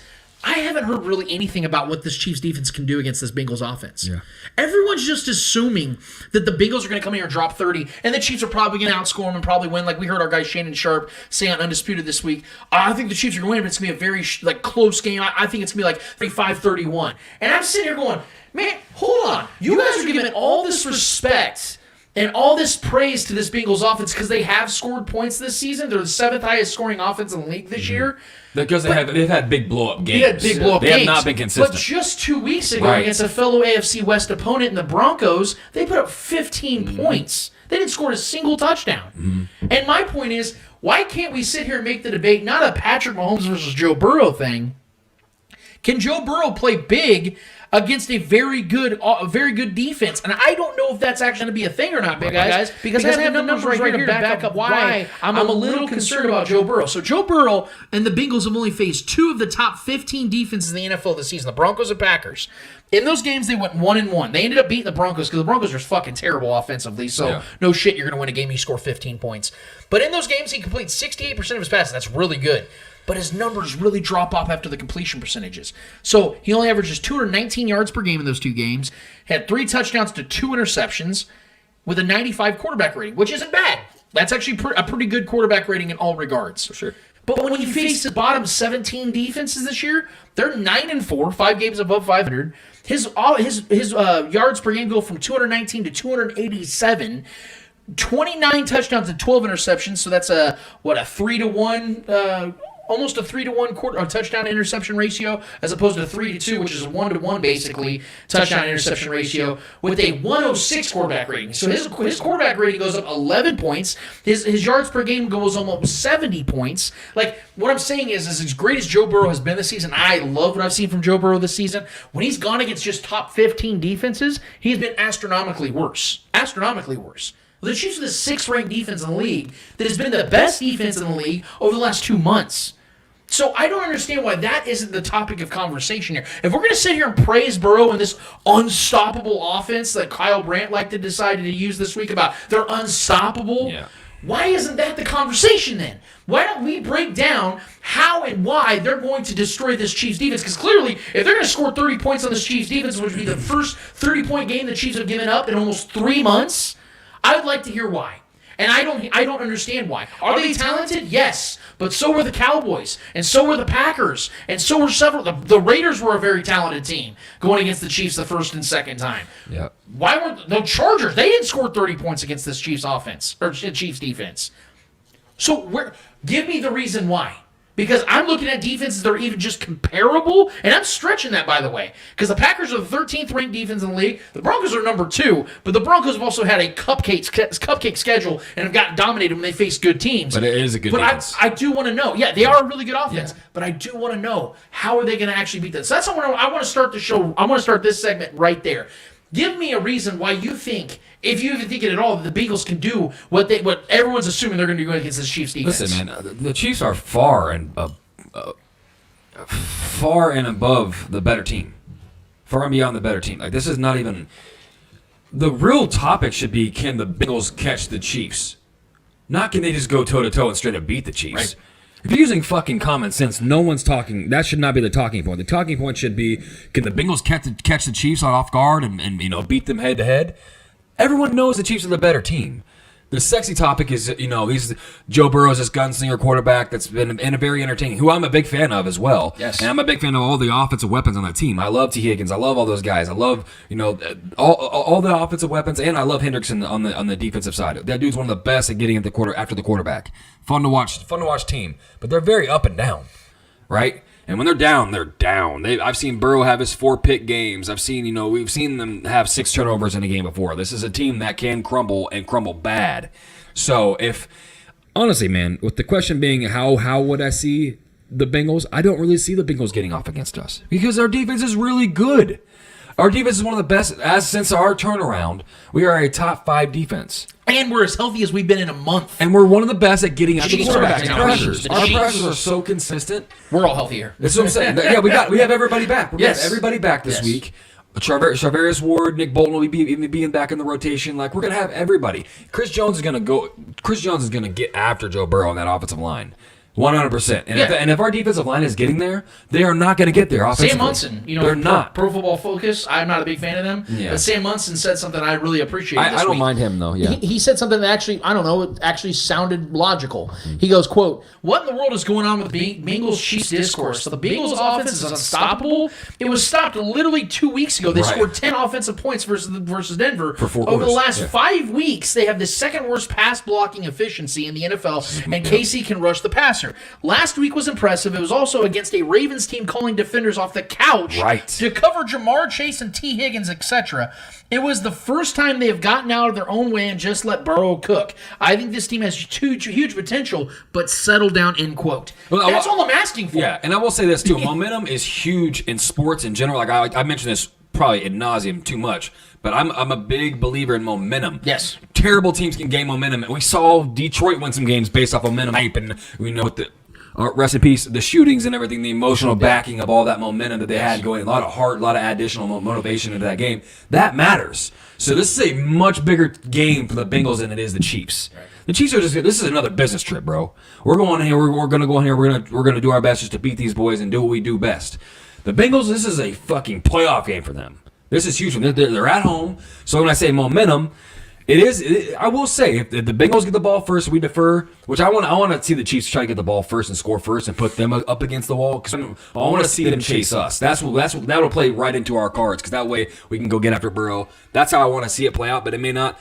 The way that they could get there is if they score first, they gain momentum. Say we get a 3 and out, and they get the ball right back and they score again. Something like that with their home crowd behind them, because that is a tough place to play. I will say the jungle is a tough place to go play. It's colder out there now, but the Chiefs are great on the road too. Patrick Mahomes has been great on the road his whole career. Matter of fact, he's played better on the road a lot of times than he has at home a lot of times. So I'm not worried about the Chiefs, man. This could definitely be a letdown spot, but when I'm thinking about it level-headedly, we are by far the better team in my mind. We are by far the better defense. Yeah, their offense could get hot, but it can act like the Chiefs can't put up points too, and you know what I mean. So offensively, that's going to have to be an A+ game for the Bengals to really get north of 30 points in my mind. Well, and also the fact that the Bengals are, it can be a tough place to win in Cincinnati, Paul Brown Stadium. For sure. But they're 4-4 at home this year. And they're giving in their last 2 home games, they lost to the Chargers 41-22, and then lost to San Francisco 26-23. Dude, so we're talking about momentum. They've lost their last 2 home games. Well, and momentum too. They won the Broncos. They won against the Ravens. That was a depleted team. That's what I'm saying. Like this is all becoming a huge story because Joe Burrow had a record day. That's what this is. I mean, he's had big blow-up games this year too, but he had his biggest career. He had a career day last week. Kudos to him. It was incredible. But that is a absolutely broken Ravens defense. And Lamar didn't play. That whole team is decimated. Garrett Huntley's a fun, player right now and everything. Yes. He's not Lamar Jackson. Huntley didn't play. Or no, Huntley, there's a third, the white kid. This is what I'm saying. Whatever his name is. Yeah, they had nobody. Like Garrett Huntley didn't This is play. like the Chiefs going and blowing out the Jets. Who's Like, to say all what happened guys, if Garrett Huntley would have played. Yeah. Like, as good as he played against the Packers just a week before, who's to say? Like, so you're right, Trevor. That narrative may not exist. Now, Eddie, can you pitch me that at all, man? Because I know you're the guy, and let's just be real, you've been the guy that's not been afraid to pick against the Chiefs on this show when it feels like it can be close. How do you see that happening? Look, man, I think the way that this can happen is if the Bengals get the ball first, they go out there, they score first. They put the pressure on the Chiefs. Obviously, the Chiefs don't get that kind of pressure, but Get that crowd going and everything. Get that crowd going, and then obviously, if you get the Chiefs to kick a field goal, Yeah. or you three hold them and to a field goal or 3 and out, you're getting that crowd's just gonna get even louder. So that the momentum's gonna shift towards the Bengals. So the Bengals are gonna go out there second drive and try and score again. So that's the only way I can see this Bengals team really taking a win from the Chiefs if they get the crowd involved, if they get the momentum, if they score first, if they score the second drive, they start putting that pressure on the Chiefs, and the Chiefs start pressing or whatever, then I can see that. But it's so hard for me to sit here and just, not put I mean, it's just hard to it's hard to pick the Bengals. It's not that they can't. I'm just talking about the defense, or their offense against the Chiefs' defense. It's not that they can't beat them because anybody can beat anybody. Right. We'll the Chargers just lost to the Texans. Yeah. Yeah. So anybody can beat anybody. The Bills lost to the Jaguars. So that being said, it would have to take, like Trevor said, an A+ game from the Bengals. Has to be to even come close to actually beating this Chiefs, because the Chiefs are clicking, the Chiefs are hot. They're going in here hot. Right. The Bengals are coming off of a victory against a Ravens team who are playing with their third, fourth strings everywhere. That Ravens team probably has like 20, 30 people in the IR. I don't know. And they were still blitzing the hell out of Burrow. And Burrow is very good against the blitz. That opens up things downfield. Exactly. That's why he blew up so much. Yeah. So, I mean, I don't see the Bengals coming in here and dominating the Chiefs. They would have to keep this game close and trying to keep Patrick Mahomes from making any kind of. I will say this though, I could definitely see it playing out similar, because I think the Bengals are built similar to the Chargers. Yes. They have 2 really good receivers, and they have a good. I mean, I would say they have 3 really good receivers. Boyd's very hit and miss. He's a kind of bust. He's a slot guy. So he either has a day where he racks up a lot of 12 receptions for 115 yards and no touchdown, or he has a touchdown on 80 yards on 5 catches. He has random days.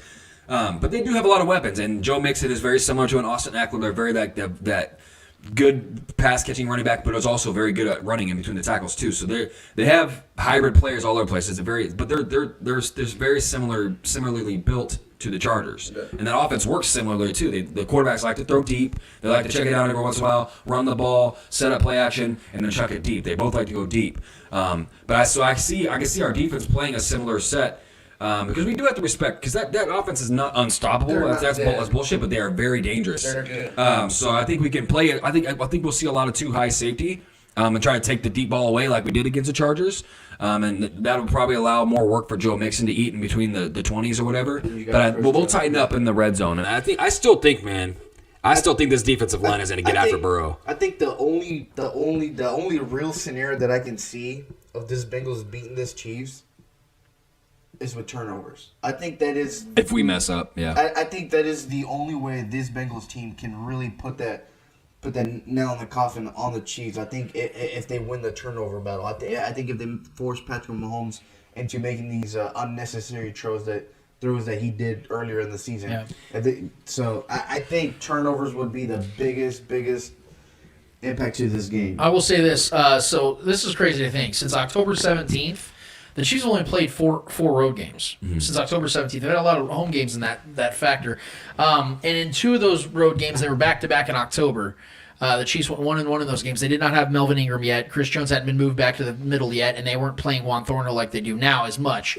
But since that time, the Chiefs have gone 3-1 on the road and are allowing less than 21 points per game. And that is including the fact they didn't have Melvin Ingram, Chris Jones was in the middle, and Juan Thornhill wasn't playing. And their last 2 road games, they're 2-0, and they're both against divisional opponents, and they're giving up around 20 points a game as well. So they've been very consistent on the road defensively over the last couple of months.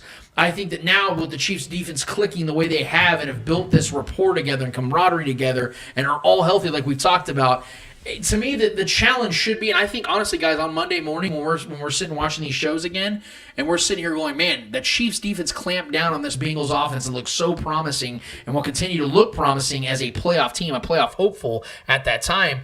I think this game's going to show us more about the Chiefs' defense and the Bengals' offense. Because, again, the Bengals' offense is to be taken seriously. And they're one of the most young, respectful, talented offenses in the league. I think the favor still resides on the Chiefs' defensive side because this Chiefs defense has done it more times than the Bengals' offense has, just this season alone. And second of all, this is a championship defense. The majority of this defense has already won a Super Bowl with this team. The majority of them. Now you have young, aspiring players like Willie Gay and Nick Bolton and new acquisitions like Melvin Ingram. But Melvin Ingram, although an older player and a veteran, has never won a title. So there's a hunger on this Chiefs defense as well. So we're going into this game. I know that this is like a Super Bowl for the Bengals, but this is also a game for a lot of unproven players on this Chiefs defense to get what they want to get. And also the fact that the Chiefs, if they win this game, Titans lose to the Dolphins, which is very possible. Chiefs clinch home field advantage throughout the playoffs. Yeah. So there's a lot riding on this game for the Chiefs as well. Now I want to switch over to the offensive side for the Chiefs because this is actually where I think the Chiefs obviously have the biggest advantage. I think the defense is going to have an advantage in this game, even as good as the Bengals offense is. But for the Chiefs offensive side of things, man, there's a lot to be talking about. Now I don't want to attack my guy Kyle Brandt because I love him to death, and from Good Morning Football, he's very entertaining, extremely witty, really good guy. I've talked to him several times on Twitter before.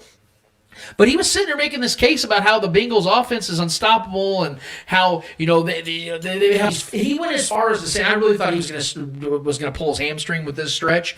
He was making the case that the Bengals have this unstoppable offense because they have the most 50-yard plays in the league, which is fun, which is exciting, which, gets you a lot of touchdowns, right? They have 20 plays of 50 or more yards, which does lead the league.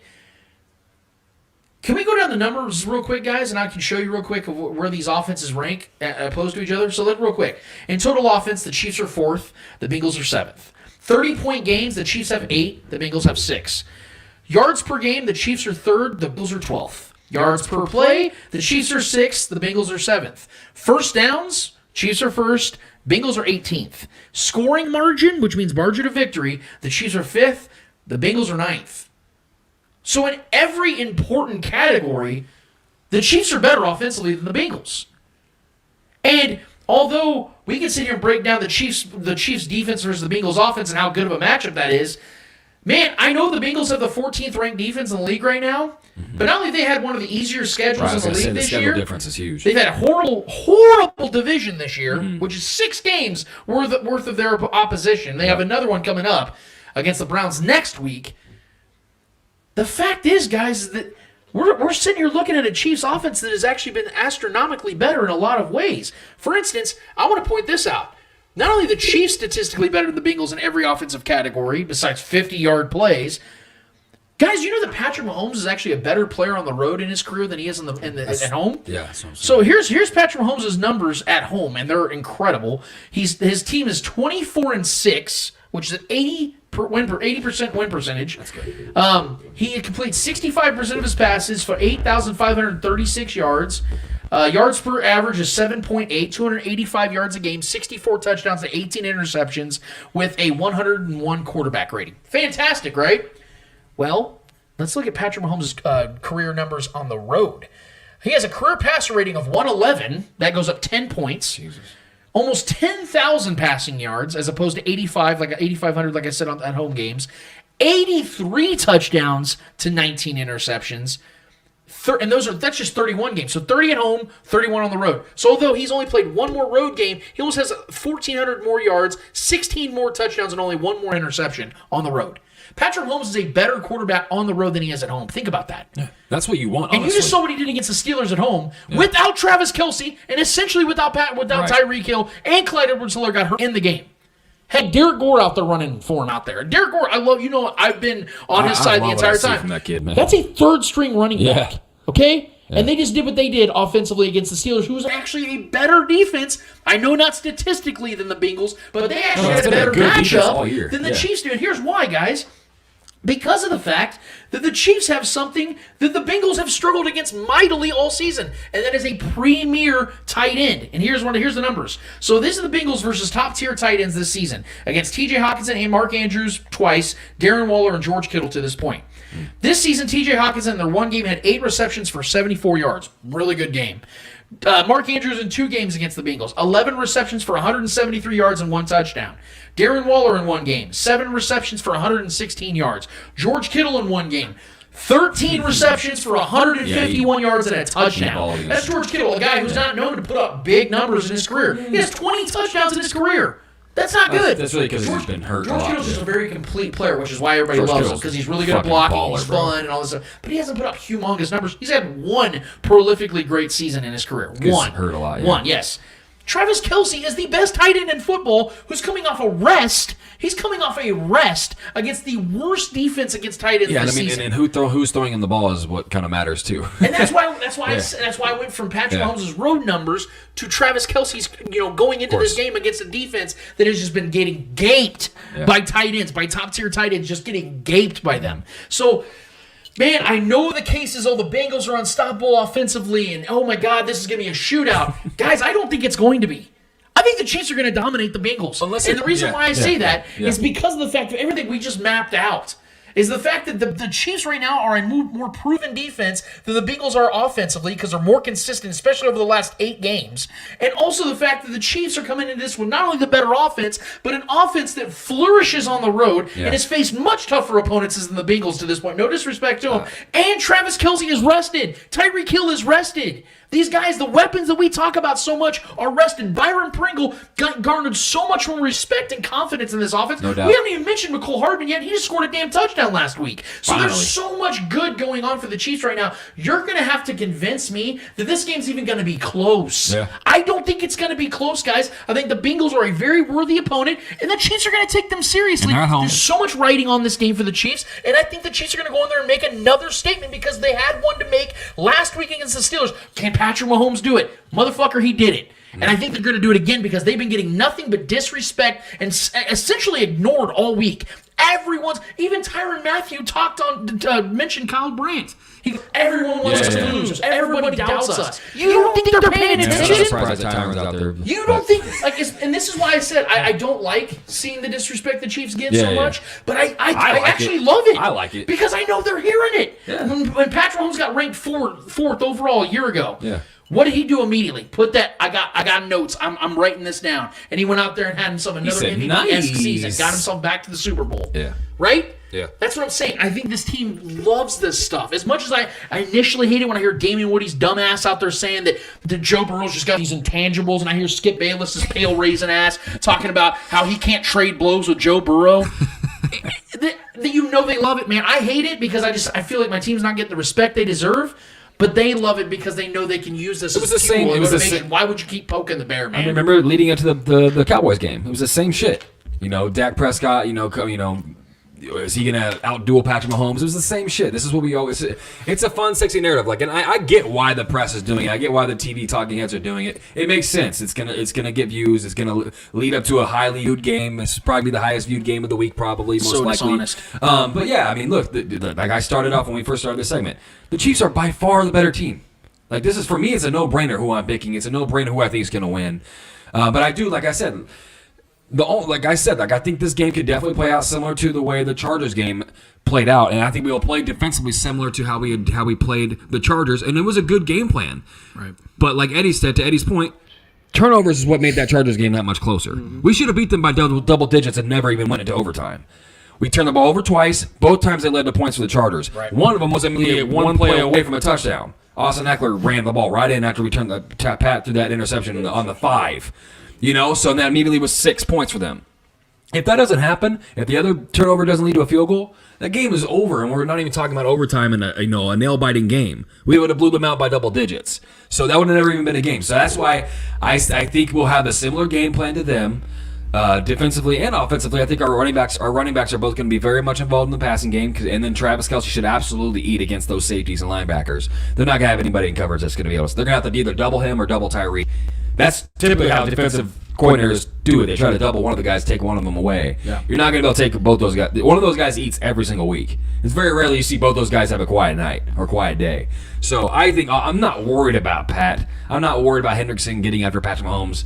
I'm not worried about that Bengals defense. We're going to put up our points. The question is this Bengals offense really as potent as people are making it out to be? Is it really unstoppable? No, man. They've had terrible games. Joe Burrow's had some absolute clunkers this year, dude. 3-4 interception games we've seen from him. I'm not saying that's what's going to happen. I do believe in our defense more than look.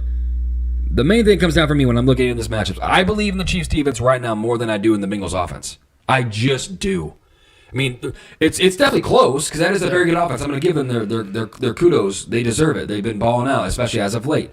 They just dismantled and enhanced a terrible team who's, trying to find willing bodies to play football for their team in the Ravens. So that's not really much of a bragging right. Granted, the numbers are numbers. Joe Burrow obviously put up an all-time game.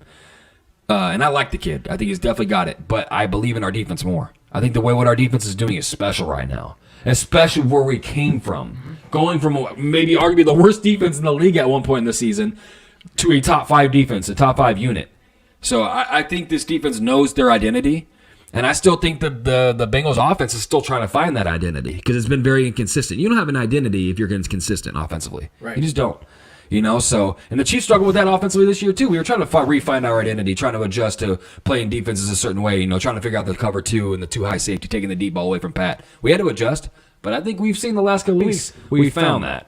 We've been able to get our running backs more involved. We've been getting the short passing game going and depending on some yak, which is fine. Right. But we're going to get our points. I'm not worried about this Chiefs offense.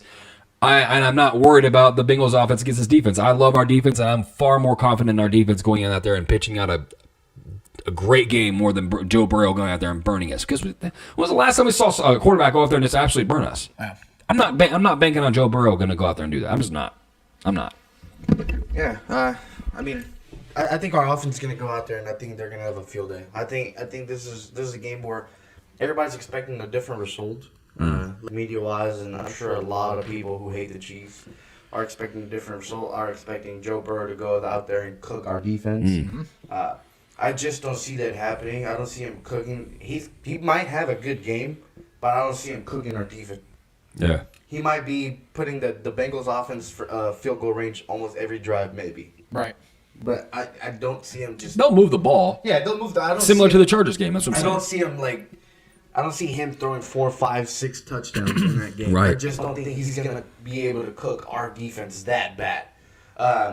He's gonna get his numbers, but overall, I think this defense has everything in their firepower. They're all healthy. They're all coming into this game, as as a great defense as of lately, and I do believe that they're going to come in here and continue that role. I think this defense is going to go out there. It can be a difference maker in this game. I do think that the Chiefs offense might struggle at first, but I think they're going to get it going within the second quarter. I think they're going to start getting rolling and do everything they can, start using Travis Kelce more. They're gonna open the field as the game goes on, so this is gonna allow for Tyreek Hill to eat and all these players to eat. So I just don't see the Bengals coming beating the Chiefs in this. I just don't see. You just can't turn the ball over. Don't turn the ball over. See it, but I just don't Yeah. see it. I don't see it. If the Chiefs can stay away from turning the ball over, That's the key, man. Like I said, I think that is the only way the Bengals can really beat this team is by turnovers. I mean, think about it, dude. That's how it's been since Patrick Mahomes has been the Chiefs quarterback. Only time we really like outright lose a game is when we beat ourselves. Yeah. We turn the ball over, or Pat just simply has a bad game, or that's just how it. Very rarely the Chiefs just outright, straight up get beat. Yeah, that just doesn't happen. We're always in the game, or we find a way to lose instead of another team just outright I beating would us. say the Bills came in here and I think they beat us. We did turn the ball over though. Chiefs did have 440 yards of offense that game. They just kept turning the ball over. Yes. The Chiefs had 4 turnovers in that game. Yeah. So. The Chargers game too. I think the Chiefs win that game actually if they didn't turn the ball over as much because they didn't beat them. I mean, they were up 24-3 at half. Right. And then they scored 14 points in the second half. The Chiefs scored 17. So right. I think that there's what I'm saying is I think the Chiefs, not to dive off into that game, I think there was a lot of help from the Chiefs. There was to some give the bad Bills that penalties. Win. Let me put it like this. Chiefs play that game again right now. Like, let's say Bills are the next game. The Chiefs are winning this game. Play that game at Arrowhead again. Chiefs play the Bills right now. Chiefs are winning that game by probably 7 points. Yeah. So, I'm just... If we can clean up the turnovers, we focus on that, make sure we don't do any turnovers. I think the Chiefs are going to cruise on this game. Now let's get to the key players because I actually have 2 guys again this week that I think are going to definitely be the key players of this game. One on offense and one on defense. The defensive player to me is the guy that was shaken at the end of the game last week against the Steelers and Tyrann Mathieu. The reason why I'm bringing Tyrann Mathieu into this game and why I think he's going to be the key contributor is because what happened last time. Tyrann Mathieu had an injury when all of a sudden he popped up he was questionable with a knee injury against the Cowboys, and everyone started freaking out. And then the Chiefs go in there and hold the Cowboys out of the end zone, and a lot of it had to do with the way Tyrann Mathieu went out there and led his guys. And I say led because he is the leader of this defense. Chris Jones is the best defender on this team, and it's not questionable. He is their best defender. Yeah. And they have a myriad of young, talented individuals on this defense, and we can list them off if we like to. But it all starts with Tyrann Mathieu. It all ends with Tyrann Mathieu. He is the leader. He is the Patrick Mahomes of that defense. And this is a statement game. Once again, I feel like the Chiefs have to make a statement every damn week because people just the idea for the Chiefs is to know that you have nothing to prove because we don't, but play like you do. Play like you do. That's the goal. You saw Tyrann Mathieu, who is the vocal leader of this team. Sometimes he gets a little overboard, and I don't always appreciate some of the things he says. But something I love about Tyrann Mathieu is his consistency. His practice is consistent. His words are consistent. He's got all and he the means heart in the everything world. he says. Yeah. And I respect that as a man who also stands by that. That means everything he says. So I think Tyrann Mathieu is going to be the guy. He may not have a big game statistically, but I think he's going to be the one that rallies these troops and has this defense clamped down on this Bengals offense. He is my key guy on the defensive side. I don't think that's even a question. Shit, even Chris Jones makes a point of Tyrann Mathieu being that guy. Absolutely. Because he said Chris Jones on the mic'd up thing, he was like, "I am the Tyrann Mathieu of the defensive line." Chris Jones that tells you a lot. That tells you a lot. Like if you look in the inside of like a clock, Chris Jones is the first gear that gets all the other gears going. Yeah. Yes. He's that key gear that first starts moving, and then everyone else starts moving with it, and everything's like in unison. Very Colin Cowherd of you. I like that. Sure. You know what I mean? Nice. I like that. Honestly, I don't even watch that shit. But yeah, I just light bulb. I just think that's just Chris Jones is the anchor. Yeah. Chris Jones is the best defensive player, and Tyrann is the most important player. Yeah. That's one.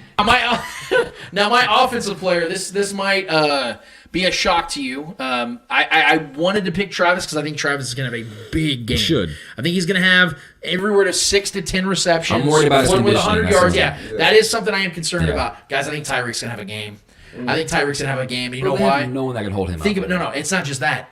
They don't have Trey Waynes in this game. And Trey Waynes is arguably their best corner. For sure. And he's out with COVID now. They have him and backup wide receivers had one catch this year, Trenton Irwin, who looks like Crocodile Dundee. I'm going to say Trey Waynes was going to be the guy that was going to lock up Tyreek Hill. And see, Tyreek Hill had basically a bye week last week. Everyone's focused on Travis Kelce being out last week. Tyreek Hill did not do shit last week. But what does Tyreek Hill do every single time he has an off game? Every single time, almost every single game. I'm going to show you guys real quick because this is pretty profound, man, to watch what Tyreek Hill does on a week-to-week basis. So in week Let's see. Okay, so the week before against the Chargers, he had 13 receptions for 148 yards, 1 touchdown. That next week against two targets, 2 receptions, 19 yards. So, against Denver, 5 receptions for 22 yards. Not shit. Next week, has 4 receptions for 76 yards. A much better game.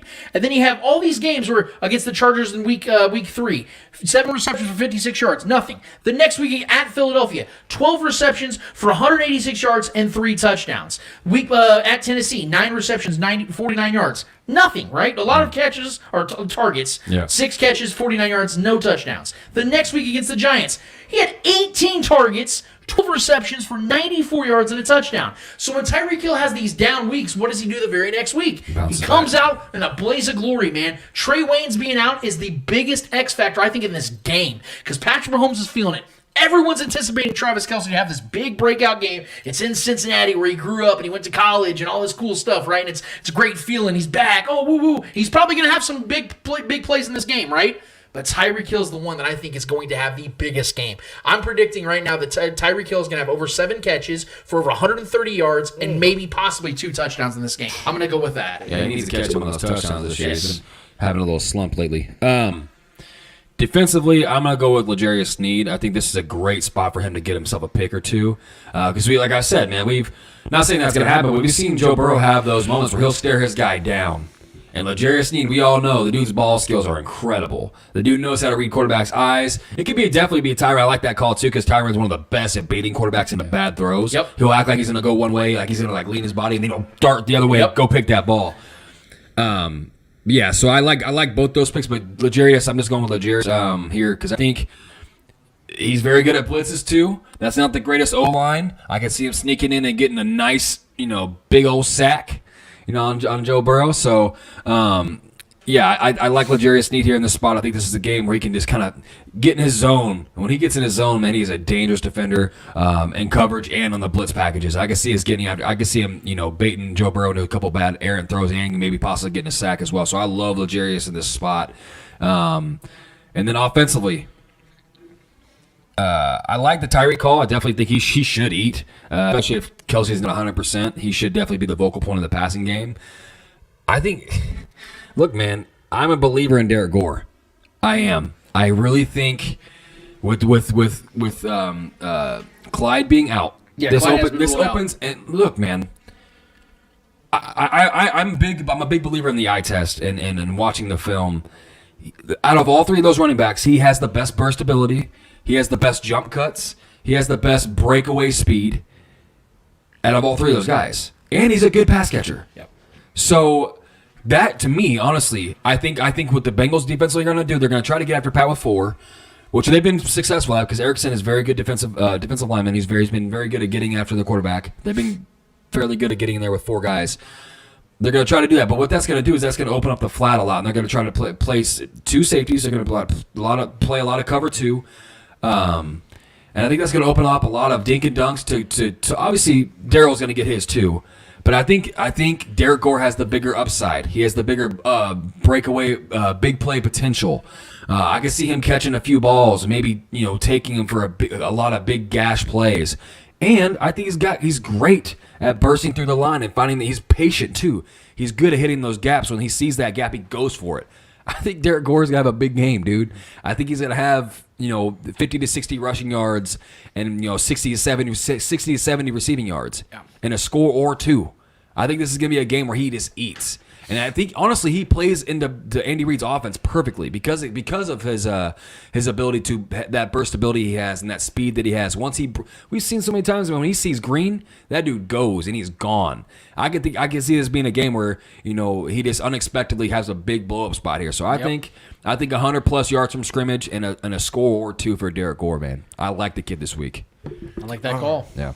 Man, for the defensive side, I'm gonna go Nick Bolton. I think Nick Bolton. I think the Bengals I almost went there. Yeah, I think the Bengals are gonna come out and try to have Mixon just dictate that game. Try and keep Patrick Mahomes on the sidelines. Yeah. So I think Nick Bolton's gonna get in there and that plays into what we want, though. Exactly. I hope they do that. I think Nick Bolton's gonna get in there and just have a good game. He's gonna have a couple tackles for loss. He'll be rotating with Hitch a lot. Yeah. Yep. So I think, but I think Nick Bolton's gonna be that hammer guy that it's like no, you're not going anywhere. Yeah, he leads the league in tackles for loss for a reason, and he's missed a game. So I think he's going to be a crucial point for the defense on the running game. As for the offense, I'm going to go Patrick Mahomes, man. I think Patrick Mahomes is going to go out there and he's going to have one of those games where we're like, oh. He could throw 4 or 5 touchdowns. If he makes that noise, that's when he knows it's a really good game. Get that Rick Ross going. Where have you been all this season? I think he's going to have one of those seasons where we're going to be like, okay, there's Patrick Mahomes. There he is. It was a long time coming. So I think it's going to be one of those games. Especially with the narratives going in against him right now. Like, you really comparing me to this guy that has no success in the league so far? Like, fuck out of here. I think he's gonna have a great game. Well, and think about this too, just to add to the Patrick Mahomes thing, because obviously we never get sick of talking about him here. But there's also a real chance, guys, that he can get himself very much at the top of the MVP discussion again. Now, Aaron Rodgers, as it currently stands, is going to win it. Yeah. And if by some miracle, rightfully so, Rodgers struggles against the Vikings, they happen to lose to a backup quarterback up there in Green Bay at home in a pivotal game like this where the 1 seed's on the line. I mean, Mannion and then Patrick does what you're anticipating him to do, Eddie, which I think is very much possible. That discussion becomes very much more of an actual discussion at this time. So, especially the winning streak we're on, man. I'm with you, man. You get a 9-game winning streak, I think, for the third time in the last 4 years. The Chiefs, that would be the third 9-game winning streak I think the Chiefs have had in the last 4 years. Yeah. That's insane to think about. So, I like those picks, guys. I think that all 4 or all 6 of the guys we picked are going to have big pivotal games. And again, I don't think it's going to matter much what the Chiefs do in this game because the goalposts are always going to be moved. But for us, it's very satisfying to see all the receipts come back into play. And we get to talk about this stuff because according to NFL Network's James Jones, I mean, the Bengals have the advantage at quarterback, at running back, and at receiver. Like, literally, they said that they have all these weapons on the Bengals side. They did that for the Chargers, and too. Like, Trevor, you brought up the fact that Tyreek Hill by himself has comparable numbers to all 3 of the Bengals' best receiving options, just by himself. Well, it was Higgins and Boyd together. Yeah, Higgins, 2 of their best receptions. All the elite options they're talking about, which are very good, but I combined their stats together comparing to Tyreek, and they only had like 2 more touchdowns and like I think 400-something more yards. Combined. That was 2 players combined. Right. And I think like 16 more receptions. Yeah. So it's just, it's hilarious, man. But that's where I see this game going. I fully anticipate that the Chiefs are going to win this game and win it comfortably. I know the Bengals are going to keep fighting. On this game. I think they're going to keep fighting. I'm not going to sit here and say that it's going to be where the Bengals don't make a push. Yeah. I think the Chiefs are going to win this game by double digits. I really do. They're 4.5-point favorites right now on the road. That should tell you something because the Bengals, for the most part, outside of Trey Waynes, are a healthy team, and they're a 9-6 team. This is not a pushover, and the Chiefs are still 4.5-point favorites on the road. That means that if they were at home, they would be picking them to win by 8 or 9 points. That's a significant big advantage for the Chiefs, and I think the Chiefs are going to go out there and prove a point once again, win this game very, very, very convincingly. Trevor, how do you see? I definitely. I'm very confident going into this game because, like I said, man, I think the Chiefs know that locker room knows they have nothing to prove, but I think they kind of similar to how we feel about this narrative, these narratives that constantly circle the Chiefs, like as if they have something to prove. We know we have nothing to prove. But playing as if you do is a great tactic to remain successful. Keep yourself humble and keep that edge, keep that chip on your shoulder. I'm very confident for both sides of the ball. I think I'm very confident in our defense going into this week. I could be wrong. I mean, there could be Joe Burrow could exploit certain things. That's a well-coached team. But Spags has his defense operating at a level, man, that we haven't seen in Kansas City in a long time. This is one of the best defensive units we've seen maybe in my lifetime, right? Arguably a top 5 defense right now. So I love everything about it. I'm not scared of this team. The Bengals are a team that will let you down. They will have letdown spots, especially coming in overconfident after destroying a dismantled team. I'm confident. I think we win by double digits. Patrick Mahomes should definitely have a good, efficient game, but I think our defense plays a lot of cleanup, and there might be some garbage points for the Bengals that might end up making it look closer than it was. But I think a double-digit victory is on the menu. Somebody on Facebook said the Bengals O-line is suspect. They've given up 47 sacks. Yeah, exactly. That's what I'm saying. Chris Jones and Joe Burrow likes to hold on to the ball a lot too. Chris Jones could be crucial in this game for sure. So could have you know. That's a good point. Yep. So That's a big factor as well. And Which I plays think into that's my L'Jarius Sneed. I think L'Jarius Sneed's going to feed off that. Yeah, and it kind of ties into the Tyrann Matthew stuff too, because if Yep. Joe Burrow's getting pressured, Tyron's Shit, our whole baiting him, secondary. Yeah. you know, on a 10-yard throw, and then jumps back into the Dude, we've towards the seen- line of scrimmage on a short intermediate pass. Joe Burrow's picks not it a quarterback off. that likes to throw it away. He Right. likes to keep the ball in play, and he that's does- why he's throwing a lot of picks. And that's why he has the most interceptions in the NFL right now. He This has is what 14 I'm saying, dude. interceptions Like, right yeah, now. he'll throw a lot of So touchdowns and get a lot of yards, but he'll also give you the ball a lot. he'll turn the ball over, and I think that Joe Burrow's going to turn the ball over a couple times in this game, guys. I really think they're going to show that. I'm sorry, Eddie. Go ahead. I think the Chiefs are gonna win this game. I don't think it's gonna be close, but I also don't think it's gonna be a massive blowout. Yeah. And Do you think the Chiefs cover the 4.5? Yes. Okay. Oh yeah. Okay. I think the Chiefs will win double digits, but I think it'll be more in the 10 to 13 kind of points. Okay. I don't think they're gonna go out there and just beat them by like 20 points or whatever. Yeah. But I do have the Chiefs beating them by double point. I like it. Yeah. You guys heard it first here, man. So we're ready to get this thing kicked off and see the Chiefs get their 9th straight victory. We have one more order of business on this episode of the Spoken Podcast. Trevor, Eddie, what is it called? Hold this L. Each and every week, we finish off each and every episode with a series of L's in the world of sports, whether they're friendly or not so friendly in the world of sports. We promise you, who is ever holding those L's in the world of sports, that motherfuckers deserve it. Mr. Yo Eddie Ortiz, who is holding the L for you this week, and is it F1? No, I mean I would, but yeah, You just mix it up a little bit. yeah, just, Add some flavor to it, you know? yeah. No, I'm gonna give it to a soccer player, a striker who plays in Chelsea, who obviously came into this season to Chelsea from Inter Milan. That's who Chelsea paid to get his services, and they paid 117 million. Right. This man had an interview about 2 days ago for Sky Sports out there in Europe, out there in England. And in this interview, it caught everybody off guard because he kept saying that the way that the Chelsea plays is not good, and obviously he's in a little slump right now. He's not doing what he usually does. And he said that he doesn't like the play style of Chelsea. So he threw Chelsea under the bus pretty much.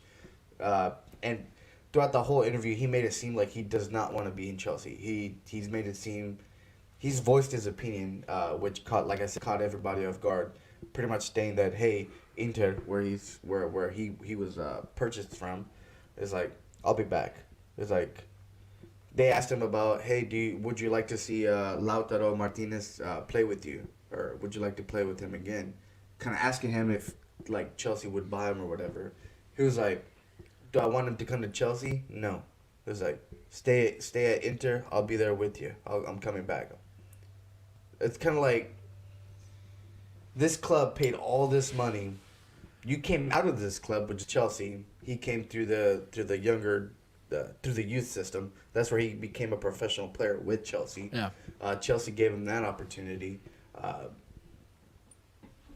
Then you come to this club and you, for some reason, you give an interview where you just you shit on Chelsea on every aspect, on the manager, on the team, which is hard to believe, and everybody's shocked at his words. Nobody saw it coming. They asked the manager, the coach for Chelsea, and he pretty much said that he's seen him happy and all this stuff at training. He didn't see anything wrong. He didn't see him not being happy with what his role is at Chelsea. But they asked him about the interview or whatever. He was like, I'm gonna focus on my players on training and eating healthy and doing all this, and it's like, but there will definitely be less interviews or whatever. So this was a backstabbing to me. You can't do that. As much as you don't like the situation, it's okay to voice your opinion to the administration, I guess you can say, to see if they can find a place for you somewhere else if you're not happy. Don't voice your opinion on a club that's giving you so much, and then just pretty much made them seem like they were shit. Yeah. I don't appreciate that. Me being a Chelsea fan, a lot of Chelsea fans, we don't appreciate that. We didn't like that one bit. We are not happy with Lukaku. For me, for all I care, he can leave. But Chelsea already came out saying he's not leaving. Obviously, they paid 117 million. He's not going anywhere within the next 2-3 years. So, not happy about it. Inter Milan fans are like, you didn't weather the storm with us. We don't want you here. So, Inter fans don't want him. Chelsea fans don't want him. Does his mama want him? Yeah, he's created this on himself for some reason. I don't know why. But Lukaku, for that reason, you're going to have to do me a favor and hold this L. More like Lukaku. yes. Yeah. Seems like shit. Trevor So Twidwell. I know we didn't have a show last week. So this would have been my L for last week. So the Tampa Bay Buccaneers obviously bounced back since that loss to the Saints, but which they destroyed the Panthers, who was an absolutely god-awful team, and Cam Newton somehow is still in the NFL. I love the guy, but Jesus Christ, he's been terrible. I'm back. Yeah. So yeah, I just want to recap on that Saints game. This is kind of a dual L to the NFL and Tom Brady. You know, Tom Brady, who everyone likes to glorify as the GOAT. I think this is the second time in his career he's goose egged. I think it was only the Against second the time. Miami Dolphins in 2006. It's been like 15 years, yeah. But yeah, I mean, we all watched that game. We all suffered through that. I think it was a pregame or postgame when Tom Brady went over to the Saints sideline. No, it was during the game. During the game. So it was during the game. Good times. Yeah. So this is why I'm gonna get the NFL one out of the way first. The taunting rule, right? Where do we draw the line here? You know, this is just another, this is another feather in the cap for Tom Brady to, get away with things. Yeah. Another way of the NFL is letting Tom Brady slide with. If this would have been any other player in the middle of a game telling an opposing coach to go fuck themselves, and that's not taunting, or that's not reasons to at least get penalized or warned that you would get kicked out of a game if that happens again. I just don't understand. Like, we got guys for the Bears. Literally, we got Clyde Edwards-Helaire pointing at someone as he's running into the end zone. And we got Colin Marsh looking at the Steelers sideline. Yes, He gets a penalty. and the ref intentionally bumping into it. Yeah. But Tom Brady can literally go tell someone, "Go fuck yourself, bitch," in his face. on the sideline in the middle of a game, and nothing happens. Yeah. It's audible. Everyone hears him. You can read his lips as clear as day. Obviously, he's had those tensions with the Saints for a And while. he'd shoot out the ref right before that, said it's about fucking time, to his face. This is just no penalty. Honestly, I shouldn't even be using this as a now because everyone knows is at this point. Tom Brady just gets away with whatever. That doesn't mean you gotta like it, though. Of course. Yeah. So, but I mean, so the NFL, man, that's I just don't understand. I think this rule is gonna go away fairly soon. This taunting rule is just so inconsistent.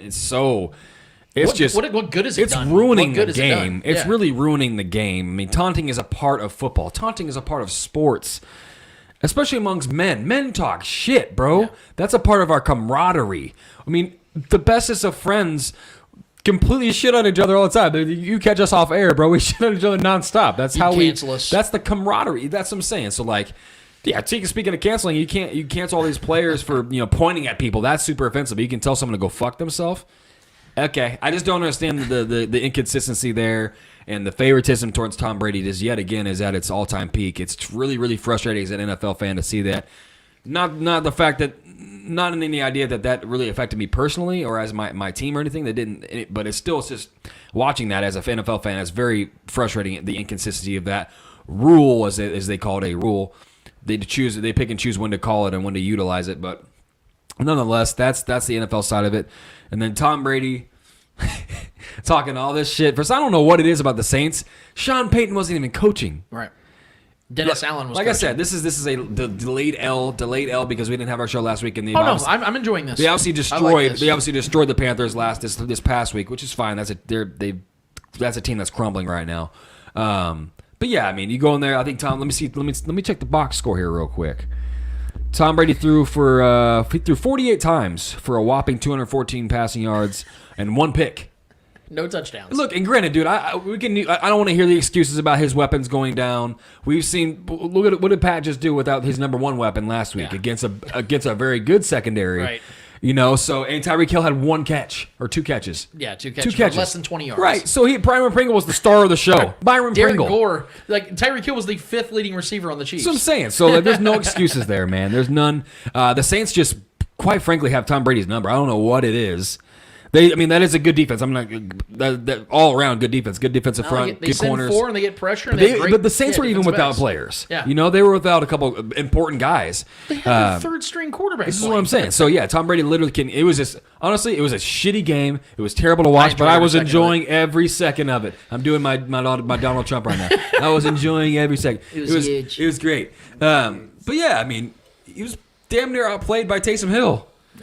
Who didn't do shit either. You know what I mean? So Taysom Hill was the leading rusher against them. Imagine losing a game to a team that didn't score a touchdown. It was held in single digits, right. And you still lose. Yeah. The Tampa Bay defense, only allowed the Saints to score 9 points, but then Tom Brady returned that 9 points was 0. I was literally begging the Saints to put in Trevor Siemian because I'm like, you put him in, they're gonna score. They're gonna score at least 8 touchdowns. Blew them out because Trevor Siemian's an actual quarterback. He's an actual quarterback. So. Tom Brady's last 3 L's have gone to Trevor's or Taysom Hill. God, who was the other quarterbacks they lost to? Because it's pretty fucking pathetic. They've had some ugly losses. I'm gonna pull up. Just bear with me just for a you're second. Good, but I really want to point this out. It was just a joy to watch that, and then I want to add to that too. Look, man, I know this is most everybody's GOAT. But this guy's in his 40s on the sideline breaking tablets? Yeah, it was throwing them on the floor. Trevor Siemian. Taylor Heineke, my boy, but he's Taylor Heineke and Taysom Hill. Those are their three of their last. Yeah, there's only 3 losses, or no, 4. They've had 4 losses. One was to Matt Stafford. Yeah, that's understandable. You don't even have to throw a touchdown. Taylor to beat Tom Brady. Yeah, Trevor Siemian and Taysom Hill. Those are the 3 L's that Tom Brady's so taking. The telling other sideline coaches to go fuck themselves when you're in your 40s, it's just embarrassing, honestly. Yep. The tantrums on the sideline, breaking NFL equipment, tablets, and throwing them on the ground like a little bitch. Can't handle the loss. Can't muster up a single point in an entire 4 quarters. Taysom's still looking for a handshake, by the way. Yeah, dude, it's just people want to talk about LeBron. People want to talk about all these other successful players and their sports or whatever. But this is just like, one, you're the reason you didn't score any points. Yep. You are the reason you didn't score any points, dude. You have no one else to blame but yourself. 48 times and you had less than 230 yards and no touchdowns. Yes. That's unacceptable. You are in control of who's scoring points for your team. You are the one out there throwing the ball. 0. Couldn't even get a fucking field goal out of it, man. So for that, I don't need to add any more to that. Tom Brady, do me a favor and hold this L. NFL, do me a favor and hold this L. Whew, I'm almost out of breath on that one. Yeah. This is from September 4th, 2021, our prediction show. I think there's something to be said about this season with players that are choosing to not get vaccinated and how that's going to ultimately cost their team at least 1 or 2 games. And I think that's what's going to happen with the Vikings this year because Kirk Cousins is not budging off of it. And I don't want to make this into a vaccination conversation, but it plays its part into this equation. You like how I put that in there? So I think this is going to play a fact because the Vikings are a talented team. They have a good offense. They have a good offensive line. Kirk Cousins is a top 15-ish quarterback in the league. Yeah. He's had like 9 straight seasons of 20 touchdowns. Yeah. That's incredible. He's like the DeMar DeRozan of the NFL. Dalvin Cook is an elite running back in this league when he's healthy. And Adam Thielen's a damn good receiver. So they have a good offense. Their defense is always going to be solid because Mike Zimmer knows how to coach up defenses. But the problem, again, is I think that they're going to have some games where they could have won or probably should have won. They're not going to win because they probably want to have Kirk Cousins and a couple key players throughout the season. If you want more quick takes like that end up working out and nailing it on the head, follow the Spoken Podcast. They have really good takes. That was their host, Lance Twidwell. Trevor had his co-host, Trevor Twidwell, had a DeMar DeRozan comparison to Kirk Cousins, which actually was spot on. I can't believe I just totally went over that when you said that because I should have been well done. That was actually really well said. But look, I'm not here to shit on people that don't get vaccinations and stuff like that because that's not the conversation to be had. I just want to point out the fact that this is now starting to really rear its ugly head with the Omicron variant and other things starting to play out. You're starting to see unvaccinated players, even with the new protocols in place, where it went from you're out 10 days automatically to now 5 days if you're not showing symptoms. Kirk Cousins is still, even with those new protocols put in place, out for this game because of the day that he was put on. It was 4 days from being able to be active again. And if he would have simply been vaccinated and he would have shown no symptoms, he would have been able to play in this game. And people are telling me when I've been posting on social media about this, well, they would have lost this game anyway. Hold on, real quick. Do we not forget what just happened 6 weeks they ago beat 'em. when the Vikings beat the Packers? And here's the thing. It wasn't like the Packers were shit in that game, guys. The Packers It was a put up, shootout. The Packers put up 31 Fucking points Aaron in that Rodgers game. went off that Aaron Guys, check this out. So Aaron Rodgers in that game, I just had the numbers right here. Okay. So in that game, Aaron Rodgers completed 68% of his, the fucking game. Here we go. All right, so in that game, the stats were Aaron Rodgers had, God damn it, Lance. Here we go, schedule. Here we go. Yes. Box score. Finally got it. Yeah. So Aaron Rodgers completed 70% of his passes, 385 yards, 4 touchdowns, 0 picks, with a 148 quarterback rating. Almost damn near and the perfect game. Vikings still beat him. Yeah. He might not have a game that good this week. He might, but he might not. That was one of Because his it was best games of perfect the year. conditions. It was Yeah. it was on turf in a dome. He went out there, balled out, had a great fourth quarter, and the Vikings still gave them that L because Kirk Cousins on the other side completed 69% of his passes, 341 yards and 3 touchdowns with a 128 quarterback rating, and the Vikings had almost 100 rushing yards. Yeah, Dalvin Cook I had was gonna say, 86. Dalvin Cook had a big game. 86 Yeah. yards, 4 yards a carry with a touchdown. All the difference. Yep. It was a shootout, and Kirk Cousins went stride for stride with Aaron fucking Rodgers. Yep. Now that is completely out the Yeah. window. The Packers are 100% winning this game now. Where they've been the favorites in this game, it's in Green Bay, yeah, of course, and it's on primetime. cold. Kirk Cousins Yep. usually sucks on primetime. But is he not definitively their best quarterback and best chance of winning this game? Yes. And because of his unvaccinated status, they're going to lose this game and not make the playoffs. Because if they win this game, they're still in the hunt for the playoffs. Yeah. And now that's 100% gone. And I was worried about this with guys like Carson Wentz, guys like Kirk Cousins that were refusing vaccination because this is going to cost them their game, Especially the and quarterback cost position. their playoffs. Yeah. Yes. So this sucks, man, for the Vikings. I would be so fucking as an mad if I was a NFL fan. Vikings fan. Yeah. If I was a Vikings fan looking at this team right now, 7-8, on the verge of making the playoffs on the NFC side, because there's 2 current teams right now with losing records that are in the hunt, Vikings included. Yeah, if they win, now they're you're going to go in the 7-9, playoffs. Yeah. and it doesn't even matter what you do in Week Yeah. 18 because you're not going to be in the playoffs now, all because of your quarterback. And I'm not saying they would have won the game. I'm not saying I would have picked them. But are you Helps not going the to tell me odds. there's a substantially better chance of them winning that game with Kirk Cousins as opposed to not?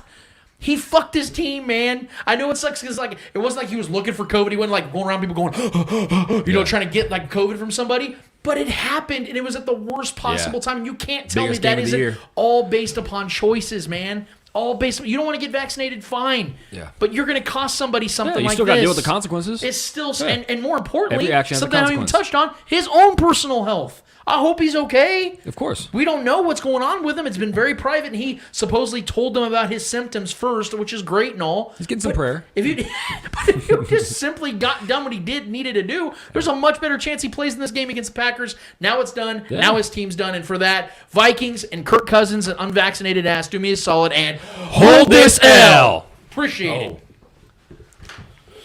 That's the biggest game of the year for them, man. God damn, today's show flew by, man. That was fun. That was a lot of fun. 2.5 hours. I miss not having any guests though, man.